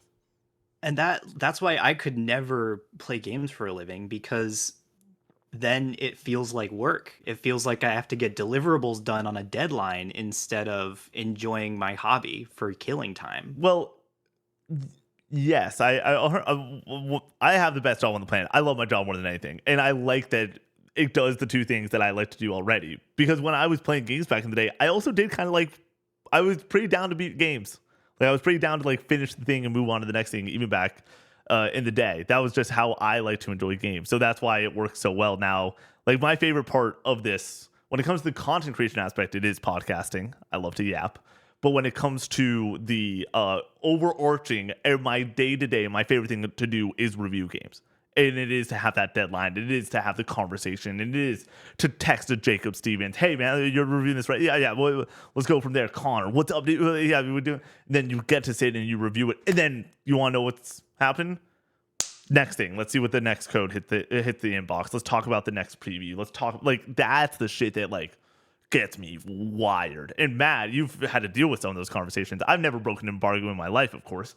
But like you've had to deal with the conversations and being like, oh, dude, the next thing's coming through. Like I'm curious to see when we get that next code. I finished a certain thing and I'm like, dude, like I can't wait to talk about this on content. You know how passionate I get in that space, which is very different from the way that you play and enjoy games. And not saying that my way is the right way. It's probably the wrong way for the most people that enjoy the space and everything. But that's just how I like to enjoy the medium and the way I do. Moving along. Graphically, we should have capped out at the 7th generation. The PS3, the 360, the Wii. That was a sweet spot for good-looking games and realistic turnaround dev times. And we suffered for the pursuit of realism in our games in the form of getting one game per studio every generation. That's from Go Nash. Matt, I would love to hear your take on this. I wholeheartedly agree with this take. I mean, I don't think that we capped out at the PS3 generation in terms of graphical fidelity. They say we should have capped out. By the way, I might have misread that. We should have capped out. And the way that I would phrase my point on this is that I think we could benefit from going back, to the scope of the PS3 generation, given the current space of AAA releases are starting to balloon in budget and development time to the point where it's taking the next Final Fantasy game several years to come out. It's taking the next Kingdom Hearts game decades to come out, and that is actually not surprising us anymore. And a lot of people say that the best Kingdom Hearts games and the best Final Fantasy games were coming out Kingdom Hearts wasn't around, but in the late 90s when they were making a game a year. They were putting out a game a year on the PS1. More if you count spin-offs. So it's not an issue of quality over quantity, but it is a bubble that I worry might burst. And I'm not sure what the landscape will look like if it does, but I think that people are becoming less and less willing to wait 7 years for a AAA game that may not be what they wanted it to be. Yeah. Like we said with a couple of these conversations that we've had with the is it worth the price tag take, as well as the internet has ruined games because they're under too much scrutiny, that both of those are underlying symptoms of really long development cycles. And those long development cycles are also due in part to the scope of games that has increased dramatically since the PS3 generation. I'll say a couple things. This is where I'm going to push back on a previous take we just went through. If you want these games to be rescoped back to the older times, some of these games are not your 40-hour releases. But I say that from the PS3 generation because you did bring up the Final Fantasies of the 90s, and those games are like 50 fucking hours. So you still got me on that. But yeah, so a lot of the games back then were a lot older. I feel like a lot of the games that have ballooned in their dev time now, because they ballooned in their dev time, make sure to go and kit out their games to be 40 to 60 to sometimes 100-hour experiences. With that being said, I actually disagree with this take. I think that we're talking about an issue. The issue that is being presented with some of this stuff is the dev times. One game per studio per generation. I think that is an issue that is only really rough if you are only anticipating games from certain studios. Whereas right now, we are over encumbered with so many freaking games. You look at it, we're shooting this right now. It is March 22nd. You look at this upcoming April, and it's like Replaced, Mouse PI, Saros, Pragmata, and I'm not even mentioning some of the smaller games in the indie space, right? Like a lot of the AA to AAA to massive game. Like there are so many games. When I'm playing Saros in a few weeks, you want to know what I'm not really going to be thinking too much about? Man, like, I really need that next Naughty Dog game. Sure, it's been a long time since we've got Naughty Dog releases. It's a bummer. Sure, it's been a long time since we've gotten releases from Rockstar. It's been a bummer. But as long as I'm playing amazing games, I'm going to be A-okay.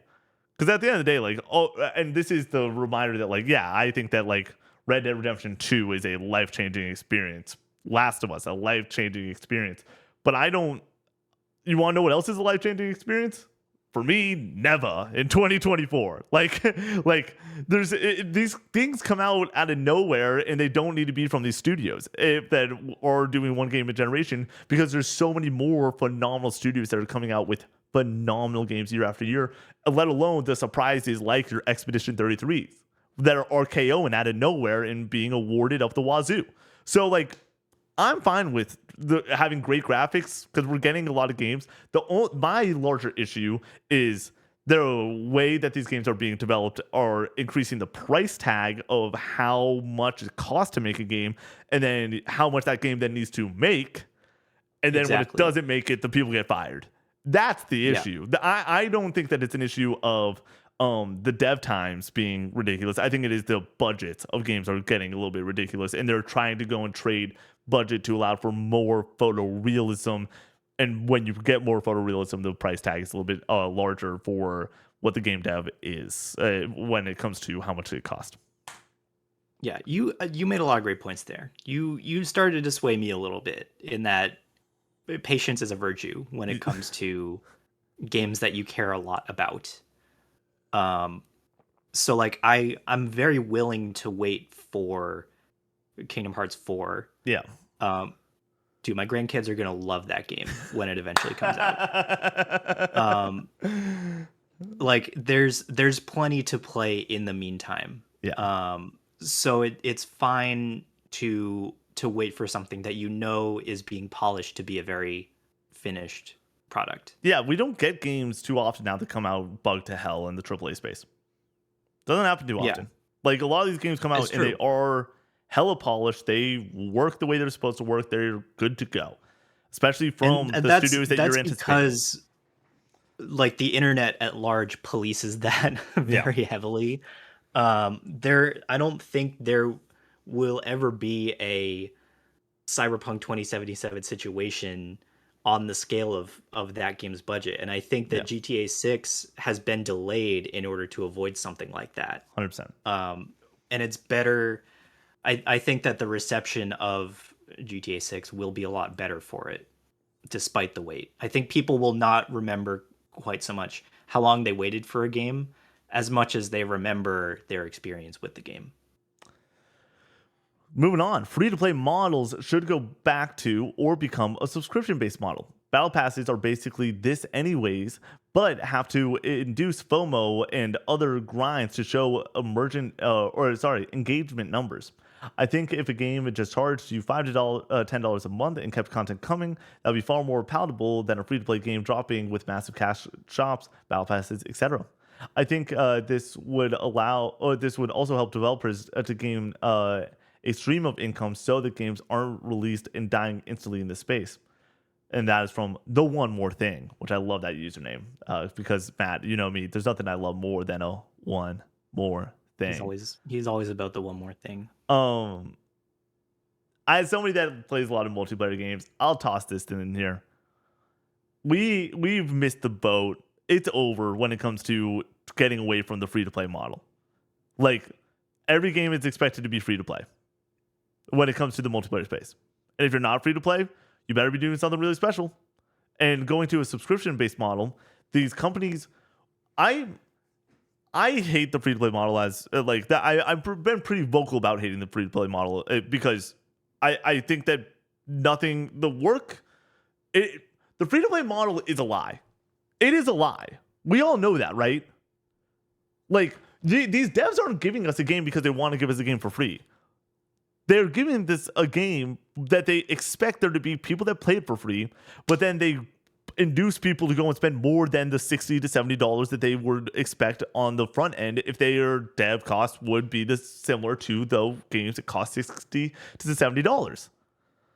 It is a lie. Free-to-play games should not... Matt, one sec. I know you want to hop in really badly. They should not exist. Like, we're... And for all the people that are like, I love Fortnite, Fortnite's awesome. I've spent not $70 in Fortnite. That doesn't make sense. They're allowing me to do that. I'm the consumer. I'm allowed to engage with this content the way that they are allowing me to do so. So I'm not going to spend money if I don't feel so inclined to in this space. But that is not an equivalent exchange. It's not. And the people that are enjoying the free-to-play game, like Valorant is another prime example. I spent no money in Valorant. And I played that game for 400 hours. That's not fair. That shouldn't be the case. But the reason it is the case is because there's the people that, like Connor, that spend a lot more than $0 in Valorant. Why is it not fair? I'm going to end up agreeing with you, but for devil's advocate's sake, why is it not fair that you're playing 400 hours of Valorant for free? Do you think that the developers deserve compensation for the product that you spent 400 hours on? Yes. They deserve some front end compensation. Do the front end compensation. You want to know what's fair? I give you $70, and then you give me the experience that you put on the disc. And then you update it when you want to update it. And honestly, I'll toss this out there. When we're talking about something like a Helldivers, I'm fine with giving you more money if you give me more content on top of that. That's what fucking DLC is, baby. That is the extra thing that you're allowed to go and have that become a new aspect of your game, especially in a multiplayer space. But free to play, why are we people? I think that it's silly. I've always thought it was pretty silly. Like, there shouldn't be. It's nice. It's very consumer friendly, but consumer friendly often shuts down businesses. Like, if I've gone round and round on whether Concord should be a free to play game or not. That was just a disastrous situation 24/7. That was never going to work out. Period. High Guard. I'm curious to see if that had a $40 price tag. If the 100,000 concurrents that it got day one it would have been less than 100,000, right? Because people wouldn't have been checking out in the same way. But they would have gotten some pre-orders. It would have been able to push some people to go and get it right away, just due to morbid curiosity when it comes to the game that got announced at the very end of the Game Awards. Like, I don't know. It just doesn't make sense to me. It's never made sense to me. And if someone could step in and be like, why does it make sense for you to play something that you're not spending any money on? That doesn't make sense. There needs to be maybe this is the businessman in me, the marketing brain in me, but like, you want it, the free to play app that you have on your phone is never going to be free to play because they put effort into it and then they put ads and they get paid from ads and that's how they make their money. It's never going to be free to play. You know, like, there has to be a financial flow chart that works for games to work. And free to play games are using at times predatory practices like loot boxes that are unfair and not good. And then we're like, those aren't good. Well, you shouldn't play the game for free then. They need to make money. These games cost hundreds of $millions to make. So we can't be complaining when there's a $40 multiplayer game because everything else is free to play, but we can't complain about the free to play Battle Pass games. I fucking got destroyed when I posted that Fortnite's one of the greatest games of all time. Fortnite's one of the greatest games of all time, not because it has Battle Passes in it, but it does the Battle Pass model better than any other game, and I'll stick by that. But because it is very fair, and if you buy a $10 Battle Pass, you can get enough V-Bucks over and over again if you just play the fucking game. In perpetuity, you could have every skin in every Battle Pass by just playing the game. That is very fair in my opinion. $10, you could have gotten every skin in this game for the past like 10 years or 7, 8, 9 years. Man, that game's been around for a long time. But I got roasted because everyone was like, well, this game actually created this whole system that is so bad. Well, it's all these systems that we engage in. If you played the free-to-play game, and you don't pay them, then you are engaging in the system where they have to go and make money. They have to find ways to make money. Some of them are really bad. Like I said, loot boxes are bad. Battle passes, I think, are a little bit more fair, and that's why people are cool with battle passes and being down for it. But the people that are like, yeah, I'm going to try out the game for free and then not spend any money in it, as somebody that does that, you can't be upset with the model going and creating a bunch of issues because that model does create a shit ton of issues. I want to jump in here and bring up sort of the tried and true MMO model. Yeah.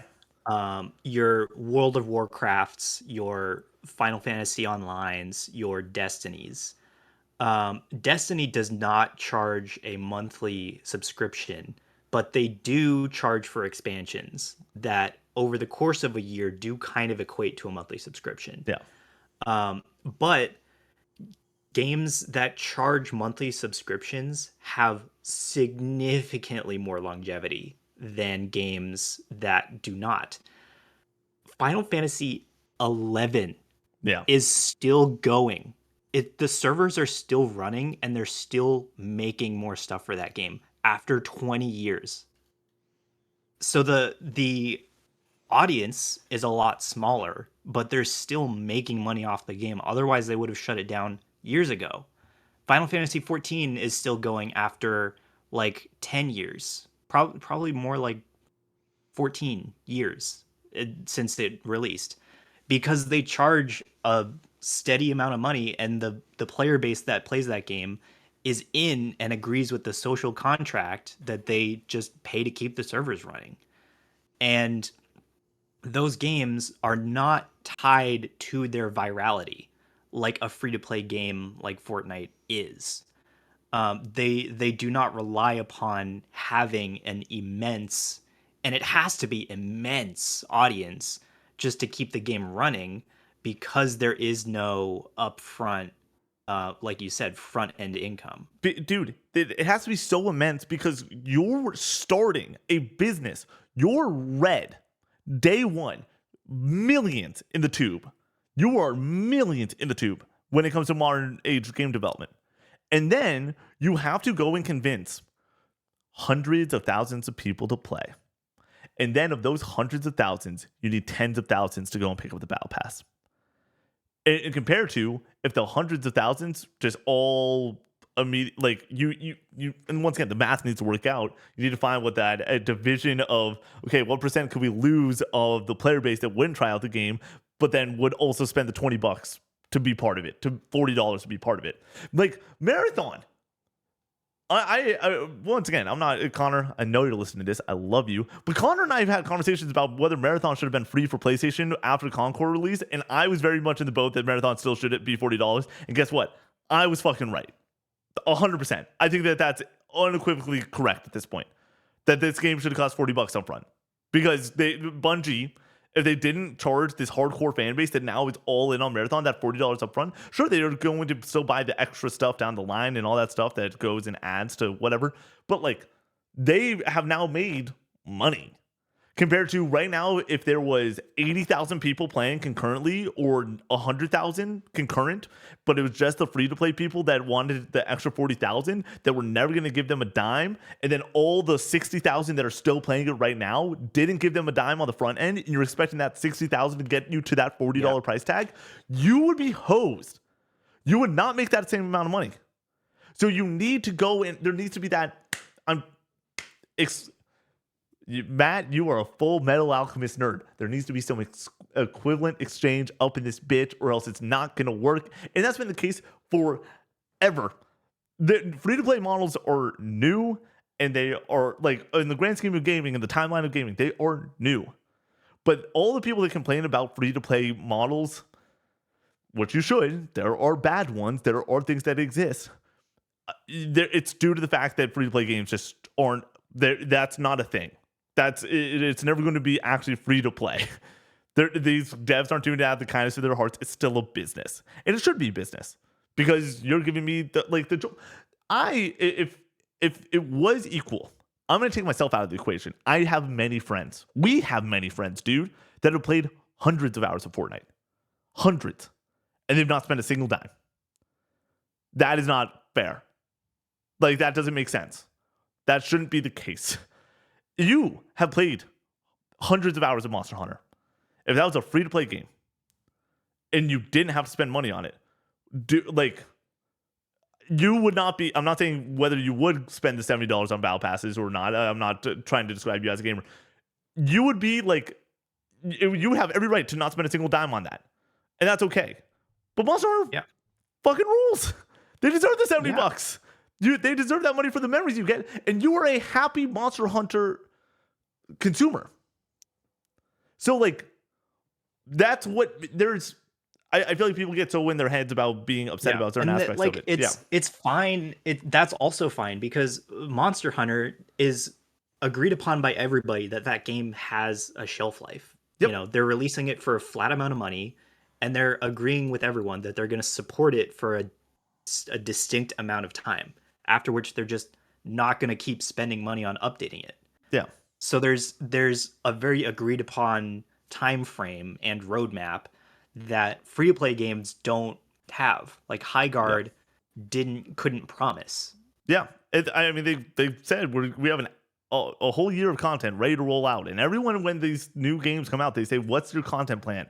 When am I getting the new shit? Because it's gonna get stale fast. Because that's what I get from my other free to play games." And they gave us that, and that game is gone now. And I think that if they could have charged on Yeah. the front end, you want to know what I promise? Yeah, If they I charged think if on, they charged on the front end, High Guard would have been able to fund its whole roadmap. yeah, they would have been able to charge their whole. You don't want to know what? I can't even promise that they would have been able to fund their whole roadmap. I promise that they would have lasted longer than March 12th.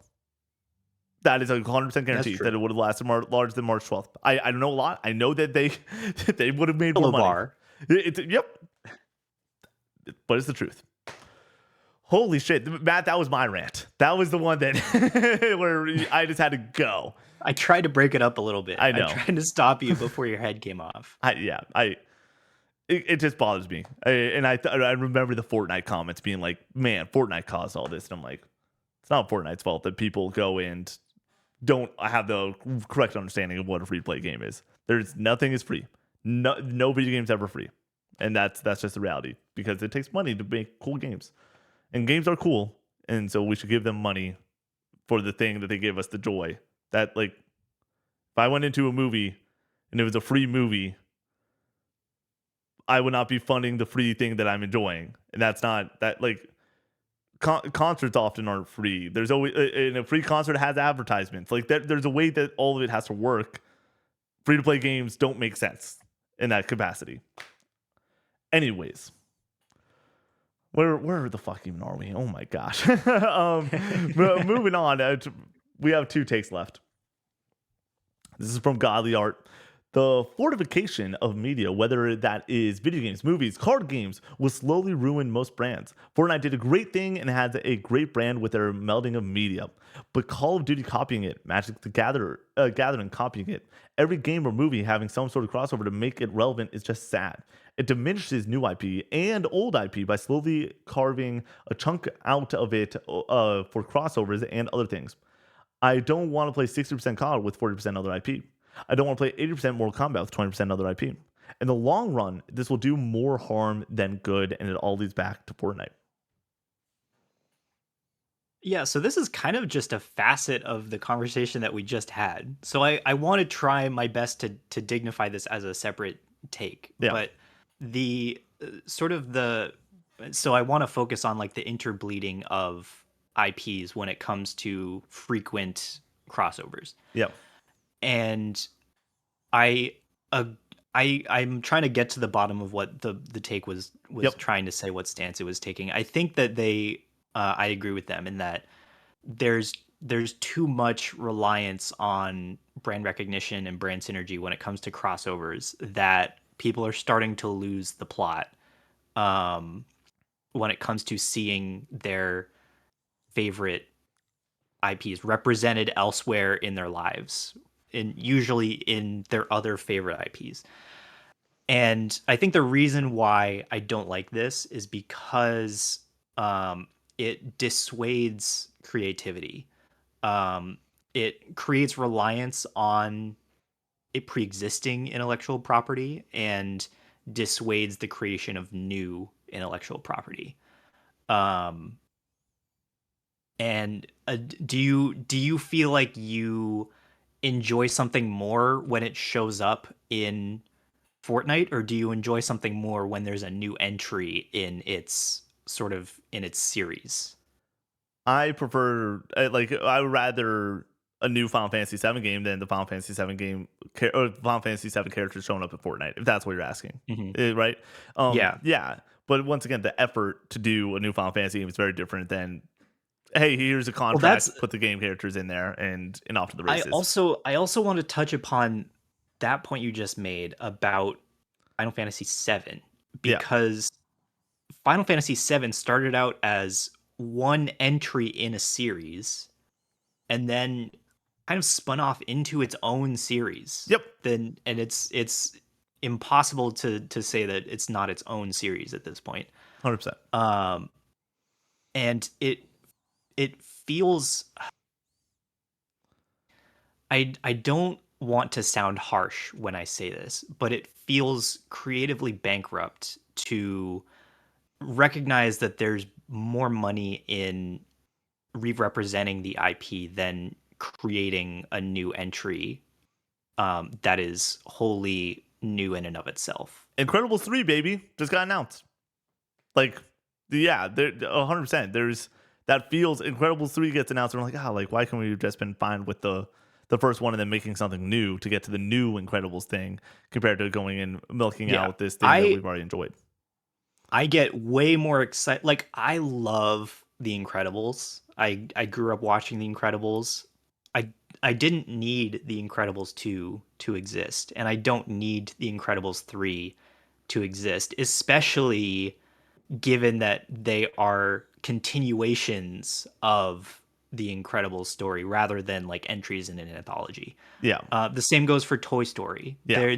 There doesn't have to be a fifth one. But with that being said, I was okay with Toy Story 2 and 3 because it felt like we were getting more of this. We're getting general sequels that don't feel like cash grabs. Sure. And I think that's, Sure. I'm going to go and put my input on this. I'm actually super fine with the merging of IPs as long as it doesn't feel scummy or cash grabby. I think that's my general idea, and there's some exceptions to the rule, I guess, because Matt can probably bring something up that I wouldn't be fine with. But like, for example, the crossovers of Marvel and Capcom back in the day. Cool. I like the Marvel IP. Capcom's got great characters. Let's put them in a fighting game. Smash Bros. Is the greatest crossover event, I still think, to this day. Not in the sense that it is what Fortnite was able to pull off, because Fortnite's more impressive. It has more IP within it nowadays. But it is a love letter to video games. And the music and the stages and the characters that are in Smash Bros., I think all of us go and stand up and clap. And like, yeah, give us more of that. Those are You wound me by using Smash Bros against me, because I can't help but agree with you. Yeah. That Smash Bros is a positive good crossover. As a crossover. And so crossovers, it's using the blanket statement of like bad versus good when it comes to a more complex conversation. Yeah. But I do think that the ones that like we all consensus go and roll our eyes at, or Toy Story 4 comes out. We didn't need Toy Story 4. Lay that IP to rest. But like, if Tifa comes to Tekken and it makes sense in this space, I think every Tekken fan would be fine with it. Every Final Fantasy fan would be like, yeah, sure, cool. And no one would be the wiser. And yeah, sure, people, that's a money move right there. But like, no one would be upset with that. And my curiosity is, why is that fully the case? Sure. But yeah, I understand we all have crossover fatigue at this point. We all, like, the first time, you go back to 2021 or 2, I want to say 21, 22, I don't know, Spider-Man. And you see that crossover event happen with the 3 Spider-Men on the big screen, and people were awesome. Like, yeah, I like that. And now if you were to pull off, then I see Deadpool and Wolverine, I'm like, I've gotten over this. Like, this was cool when this initially happened, but it feels cheap. And so it is, I don't want cheap crossover. I want the good ones. You've helped me solidify my stance on this, and I think that the reason why I have crossover fatigue is that it stands in the way of telling a meaningful story. And like, because there is simply no reason for Avatar: The Last Airbender characters to be running around in Fortnite. I'll help here though. Fortnite is, and I'm not trying to defend Fortnite. Like, Fortnite, like I said, does a lot of good and then some bad. No, for sure. But Fortnite has now opened up the full vault of IP, where Fortnite is just about IP. Like, that's okay. but they also provide a great game Right. alongside it. But like And so like I think that it's not out it of the world because now Peter Griffin's there. So I don't. It's not like Aang being in the game doesn't go and be like, what are we doing? In the same way that like when the Marvel characters came in, it's like this is cool. But then there was the time we had the dip where it's like, what the fuck's going on? And now you just expect the random IP to be there. But when I yeah, think so we've gone out I of what the think fuck was that going on. I excuse something like Super Smash Bros. Because we can all agree that it's just for fun. Yep. No one is trying to make an impressive statement about the human condition when everyone's throwing down on battlefields in Super Smash Bros. It's just for having fun. And so I think that is, and that's largely why crossovers exist, is because people have fun with them. Um, I think that when you start trying to do that in the Marvel Cinematic Universe, you're merging a lot of separate IPs in an effort to tell a meaningful story, and that becomes fatiguing because in order to understand that story, you must understand its previously established components Yeah. that all merge together in an Avengers movie. Yeah. And that is where fatigue is created because now you're creating a piece of media that has prerequisites. And that is, I think, creatively a difficult position to put your audience in, as well as it's it allows for less individual expression than a new entry would. Yeah. I I think that also the goal of the crossover is to be additive. You're taking this thing that you like and you're taking this other thing that you like and you add them together and you get a result that is two of the emotion that you have compared to the one Yeah. and one. But what ends up happening often is they're detractors or distractions from the other thing that you already were enjoying. And we're Hmm. starting to get that more and more across media. And so like I think that the reason that a lot of people go in are excited about last year's Game of the Year nominees was a lot. There weren't a lot of the sequelizations. It wasn't Yeah. it was a lot of new IP, and that's impactful and really cool. You look at 2023 though, Yeah. I'm still down for awesome new games in certain franchises that I love. Spider-Man 2, Mario Wonder. Didn't get nominated, but Final Fantasy 16. That's an anthology series, obviously. But like that, there's, and then I'm trying to now just recollect all the things that were nominated in 23. Baldur's Gate 3, obviously. Alan Wake 2, Tears of the Kingdom, a lot of known IP.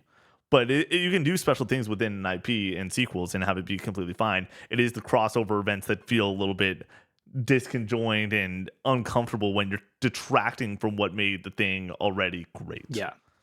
Yeah. Last one. This one's just for Matt. This is from Jarvis. My hot take is The Witcher 3 fucking sucks. The controls are bad. It's clunky. And combat is not fun. Yeah. Okay. Let's talk about this. Jarvis, you and me, you and me. It doesn't suck if the only thing wrong with it is the gameplay. But I'm going to fight you on that one too. Because the gameplay is not as you described it. It is not nearly as terrible. If you are playing The Witcher 3 and you find it clunky and you find that the sword play feels bad and you are dying a lot because you are not as reactive as you are in like Dark Souls or Elden Ring, then and then you give up, that's on you because you haven't explored other avenues because The Witcher 3 is not a character action game like Devil May Cry. It's an RPG. And there's a myriad of ways to play The Witcher 3 and some of them feel clunkier than others. I promise you that if you're playing it on your PlayStation and you're mashing square the whole time and it's not working out for you, they did that on purpose because Geralt has a lot of other ways to take down a monster. And they did it on purpose because it would not be fun if every monster died the same way.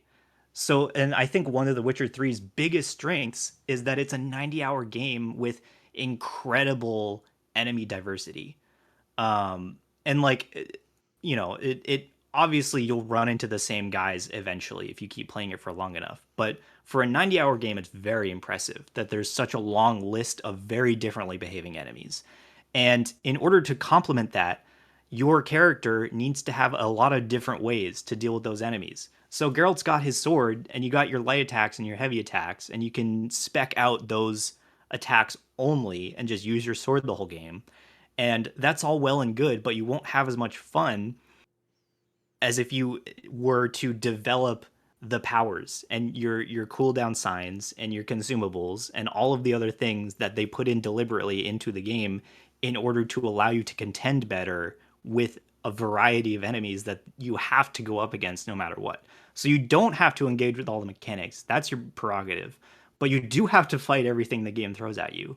And if you don't explore all of those avenues, then you're treating it not like an RPG. And so that's incumbent on the player to explore the mechanics that a game has to offer. And you can't hold it against the game if you didn't do that. So that's my hot reaction. Yeah, Gavis. Okay. Yeah. What Matt said. And then just The Witcher 3 sucks. Nick's gonna play The Witcher 3 this year. Yeah, he knows that. And if I see him mashing the light attack button, I'm gonna blame this guy. I'm gonna blame this person for saying that it sucks and convincing you. No, Matt, I've grown a lot in the past couple of years as a gamer. You've seen me grow a lot. You knew where I was coming out of college, only liking my Naughty Dog and then ball and gun games. Now I'm playing JRPGs the right way. Like, not just using whatever number goes big. Like, I'm using moves that, like, decrease their turns or how powerful their attacks are. Come on, Matt. I'm going to play this game the right way. We all know that, okay? I'm going to try a bunch of different things. I hope so. I'm still worried, okay? I'm worried for my friend. He has flashbacks to me playing Final Fantasy VII Remake for the first time and, like, just not utilizing a majority of those systems. I don't know if I have flashbacks for you playing Final Fantasy X and just hitting the attack button over and over again. No, Matt, I used some turn boost and haste Daga is in there too. I utilized certain abilities. Took me some time. I have flashbacks to typing frantically in chat for you to engage with the sphere grid because you haven't leveled up in 2 hours. That was pretty bad. I was not like I was using like sphere grid start and end of stream only. We all make mistakes, Matt. But no, I'm excited to play. If you're playing an RPG, just please try things. Yeah. That's it. But Matt, I need to finish the game in a certain amount of streams. You know, I only got 3 streams left, so I gotta gas pedal it. That's a joke. That's a callback to earlier in the episode. Dude, Twitch chat, he's never getting through Fire Emblem. This game, it's so sad. I weep for Fire Emblem 3 Houses. One, right in front of me. Have it right here. 2, we're gonna play the Outer Wilds at night before we play Fire Emblem. But yes, we will get to Fire Emblem. I know you'll get to it. I'm saying you won't get through it. Matt, I like to party. We'll get through this game. We'll get to it and we'll get through it. I don't want to assure you, but we're working through it. It's gonna be a lot of fun. I can't wait to play Fire Emblem, dude. I'm legitimately excited. I also can't wait for you to play Fire Emblem. I think you're actually gonna have a lot of fun with it. I think so too. Matt, as we close out this 2-hour episode, Matt, what did I say before we started shooting? I think the takes were a little too hot this time, Nick.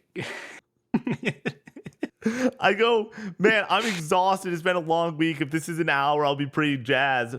But we at Cove 64, we always say it's as long as it needs to be, and this episode needed to be 2 hours, but it's not done yet. Somebody said free to play, and you weren't exhausted anymore. Okay. Man, I can't do this. Matt, do you have your draft board good to go? I do. All right.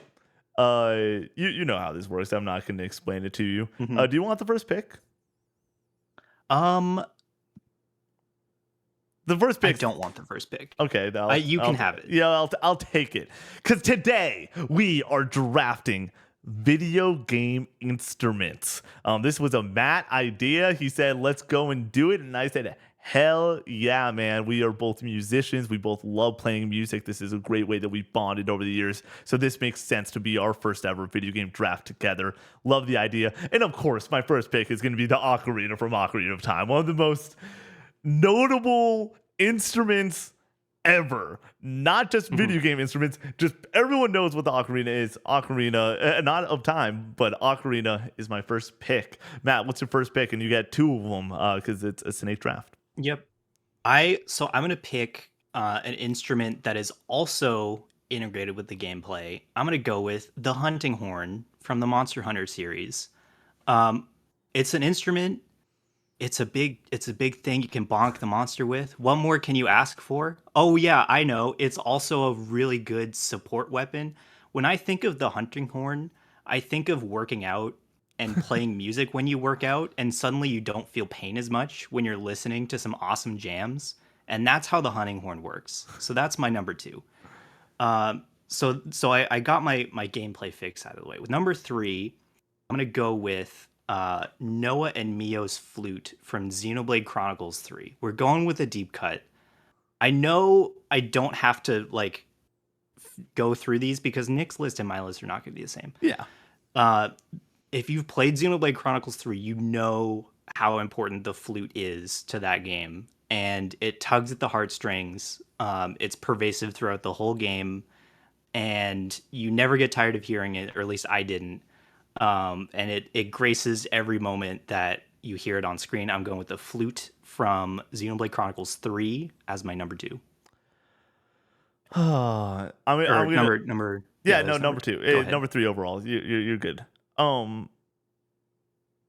my question is, can I start? Do I want this to be my next pick because it's my next pick, or do I want to try to hold it off so I don't cry? Like that's the decision. I'm gonna pick it now. My number two pick is Ellie's guitar from The Last of Us Part Two. This is a very thematic element that is a Hmm. physical piece in this game that connects both Ellie and Joel. And I if I were to get a tattoo, I have no tattoos. If I were to get a tattoo, the tattoo would be if I were to ever lose you, I would surely lose myself. And that whole Future Days and Pearl Jam song doesn't make sense in this context without Ellie's guitar. From the moment she gets to play music for Dina to the very last moment of this game, all of it sort of is thematically pushed through The Last of Us 2 with this physical piece, which is Ellie's guitar. And then with my next pick, we're going to go from sad to rad. We are choosing Higgs guitar from freaking Death Stranding 2. The first time I saw this thing, Matt, was in 2024 during a state of play. And Troy Baker goes and makes this game Shred Dead Redemption. Okay? It is the most badass weapon. Does it make sense? No, but Kojima is cool, and that is a cool ass weapon. Higgs is guitar with my third pick. Matt, what's your three and four? My number three is the piano from Final Fantasy VII Rebirth. One of the rare mini games in that game that I could not get enough of. I know it's not an intuitive way to play a piano, but it is surprisingly a comprehensive way to play a piano with only a video game controller in your hands. The songs that you collect throughout the course of that game that turn into piano mini games are all very, very fun to play. And furthermore, there's a free play mode. So you can go online and watch a video of someone ripping it out to One Winged Angel on the piano. And a fun creative time was had by all. So the piano from Final Fantasy VII Rebirth is my number three. Number four, I gotta get my Zelda fix in. I'm going with the Wind Waker. Yep. I'm not sure if this really counts as an instrument because it's a conductor's baton. However, you are conducting the winds, which make their own instrument. So I'm gonna put it on my list. It's not as crucial to the plot as the Ocarina of Time is to Ocarina of Time, despite being an eponymous instrument as well. But I think it's very, very integral to how you navigate that world because you can't have a sailing game without the wind, and you got to have something to let the wind go the way you want it to. So that's why I love the Wind Waker. So the Wind Waker at number four. You took my Rebirth piano, and I'm not going to forgive you for it. That was how I wanted to close out this draft. Any chance I could draft a Rebirth thing, I'm going to do it, Matt. You son of a gun.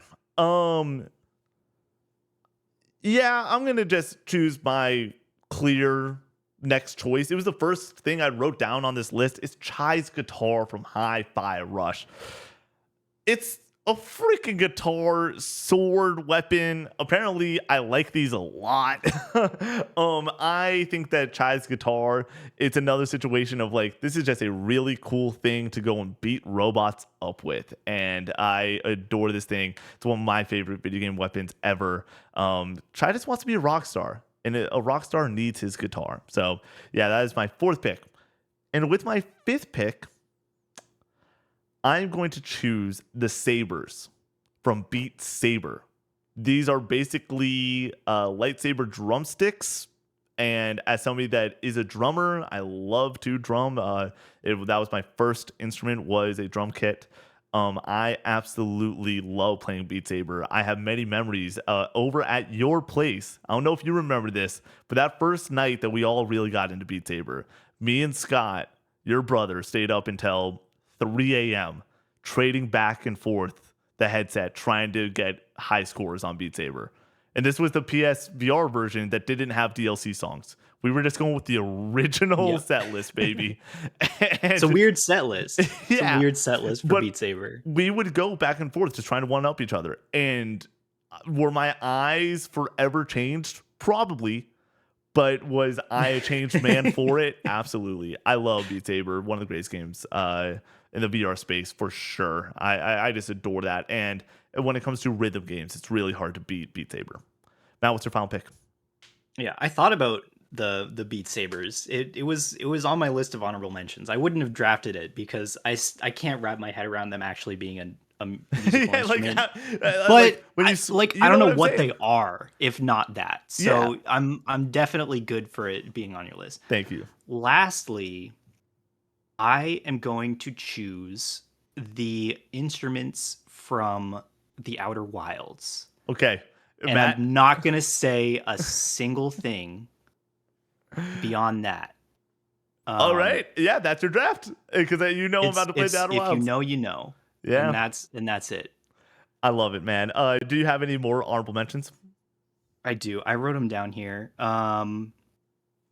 The bass that you get to play in Night in the Woods is a super fun time. Hell yeah. It's a little bit janky, but the songs kind of jam.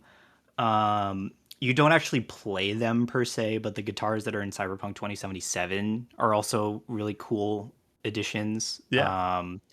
The Spirit Flute from Legend of Zelda Spirit Tracks was never going to make the draft, but I love Spirit Tracks. That instrument controls abysmally.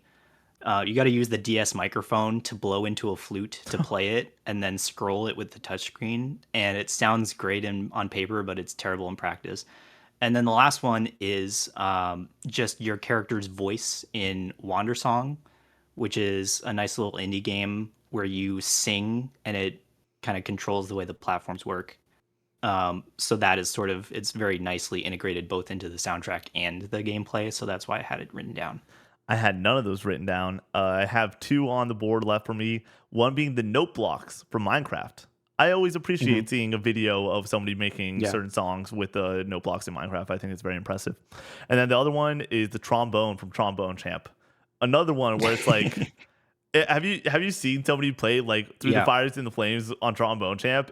It's freaking unbelievable. I did want to. I would have also thought you would have drafted like Rock Band, just like guitar. I try to stay away from it, like or any of the peripherals. Yeah, like I tried to say in game for this draft purpose and everything. Too. I think that you set the tone. Like Matt and I texted back and forth when he was like, "Let's do video game instruments." I was like, "What? Like, help me outside the ocarina. Like, what are we sort of thinking?" And he brought up a couple, I brought up a couple, and it was like, okay, like this is gonna be the draft now. And the first thing that came to mind was Rock Band, and it's like, oh, do I draft the like guitar that is it a Fender guitar? I want to get it right. What? I think it is. Yeah, I think it's Fender, but I want to double check. Guitar brand is the Guitar Hero guitar. A lot of guitars. Oh, it's a Gibson. It's a Gibson Les Paul Flying V. Yep, it's Gibson. I would have been upset if I finished this podcast without getting that correct.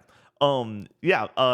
Like I could have chosen the Gibson Flying V, especially when you go and select that in Guitar Hero 1 and everything, and you get to select your character and jam out. That's a really cool guitar. But like, Yeah. that's a real guitar. Have you seen the trombone champ guy, Matt? Have you seen them before? Yeah. I've seen Trombone Champ. I'm choosing them every time over a Gibson Les Paul. But you want to know what I would not choose? You want to know what I would definitely choose over a Gibson Les Paul? The amazing members we have over on patreon.com/cope64. Thank you so much for listening to this episode. It was not a short one, but we'll go however long it needs to be. And shout out to the amazing members that support over at the highest tier that allow us to do cool episodes like this, allow us to have Matt and Rogan and others on the pod over these past few weeks. This is your reminder. We're now in the transitional period of like getting Connor probably back into some pod rotations.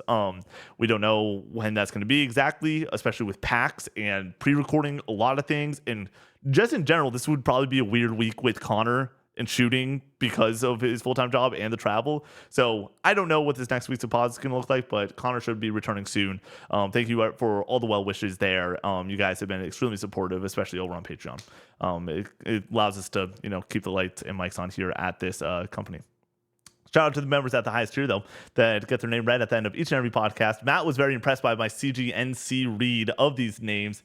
Let's see if I can do it even better this time. So shout out to amazing members like Han Solo, Logan Hamilton, Chad Channington III, Roland K, A2 Tone, Hooligan 40, Awesome O, G Town, Stellanator, Humunga Dunga, Night Echo, Skull Thunder, Caleb Beef, Squidalicious, Soundhills X, Blake is the Dog, Cash R, JKP, Pigeon Power, John Beast, Tyler Sir Shells, Raincoat, Ooh Gracie, Choosar, MG Dunbar, Mr. Munchies, Malcolm the Dog, Farmer Spud, Rocketator, Nofi, The Dankest, Mike, Swampy Bits, Conesy C, He's the Killer, Cheese, Aloha Alley, Scooterman, Centuro, Hook'em Horns, Go Nash, Neutral Sphere, Eli the Unusual, The Neutron Style, Easton C, Kingdom Hearts Rules, Stubby Doobie, Crispy, DJ Zach B, Uli, Jacob D, Big Mac, Mel Nate, Patty Cake, Bear Pog, Cowboy Jesus, Mega Yogi, Dom, Holden M, Brock Voodoo, Milky Sins, Reggie Ranks, Alex the Golden Andrew, H, Master Days, Cannon Fire Games, Only One, Rufus, yeah, J Matt B3, Snake, Ali Ben Ali, Bikel, and Kingdom Hearts Sucks. Matt, as always, thank you so much for joining us on another episode of just Co-op 64 podcasting. It really does mean Thanks for having me. a lot, man. This was a fun one. And thank you, everyone, for listening. We will see you in the next one.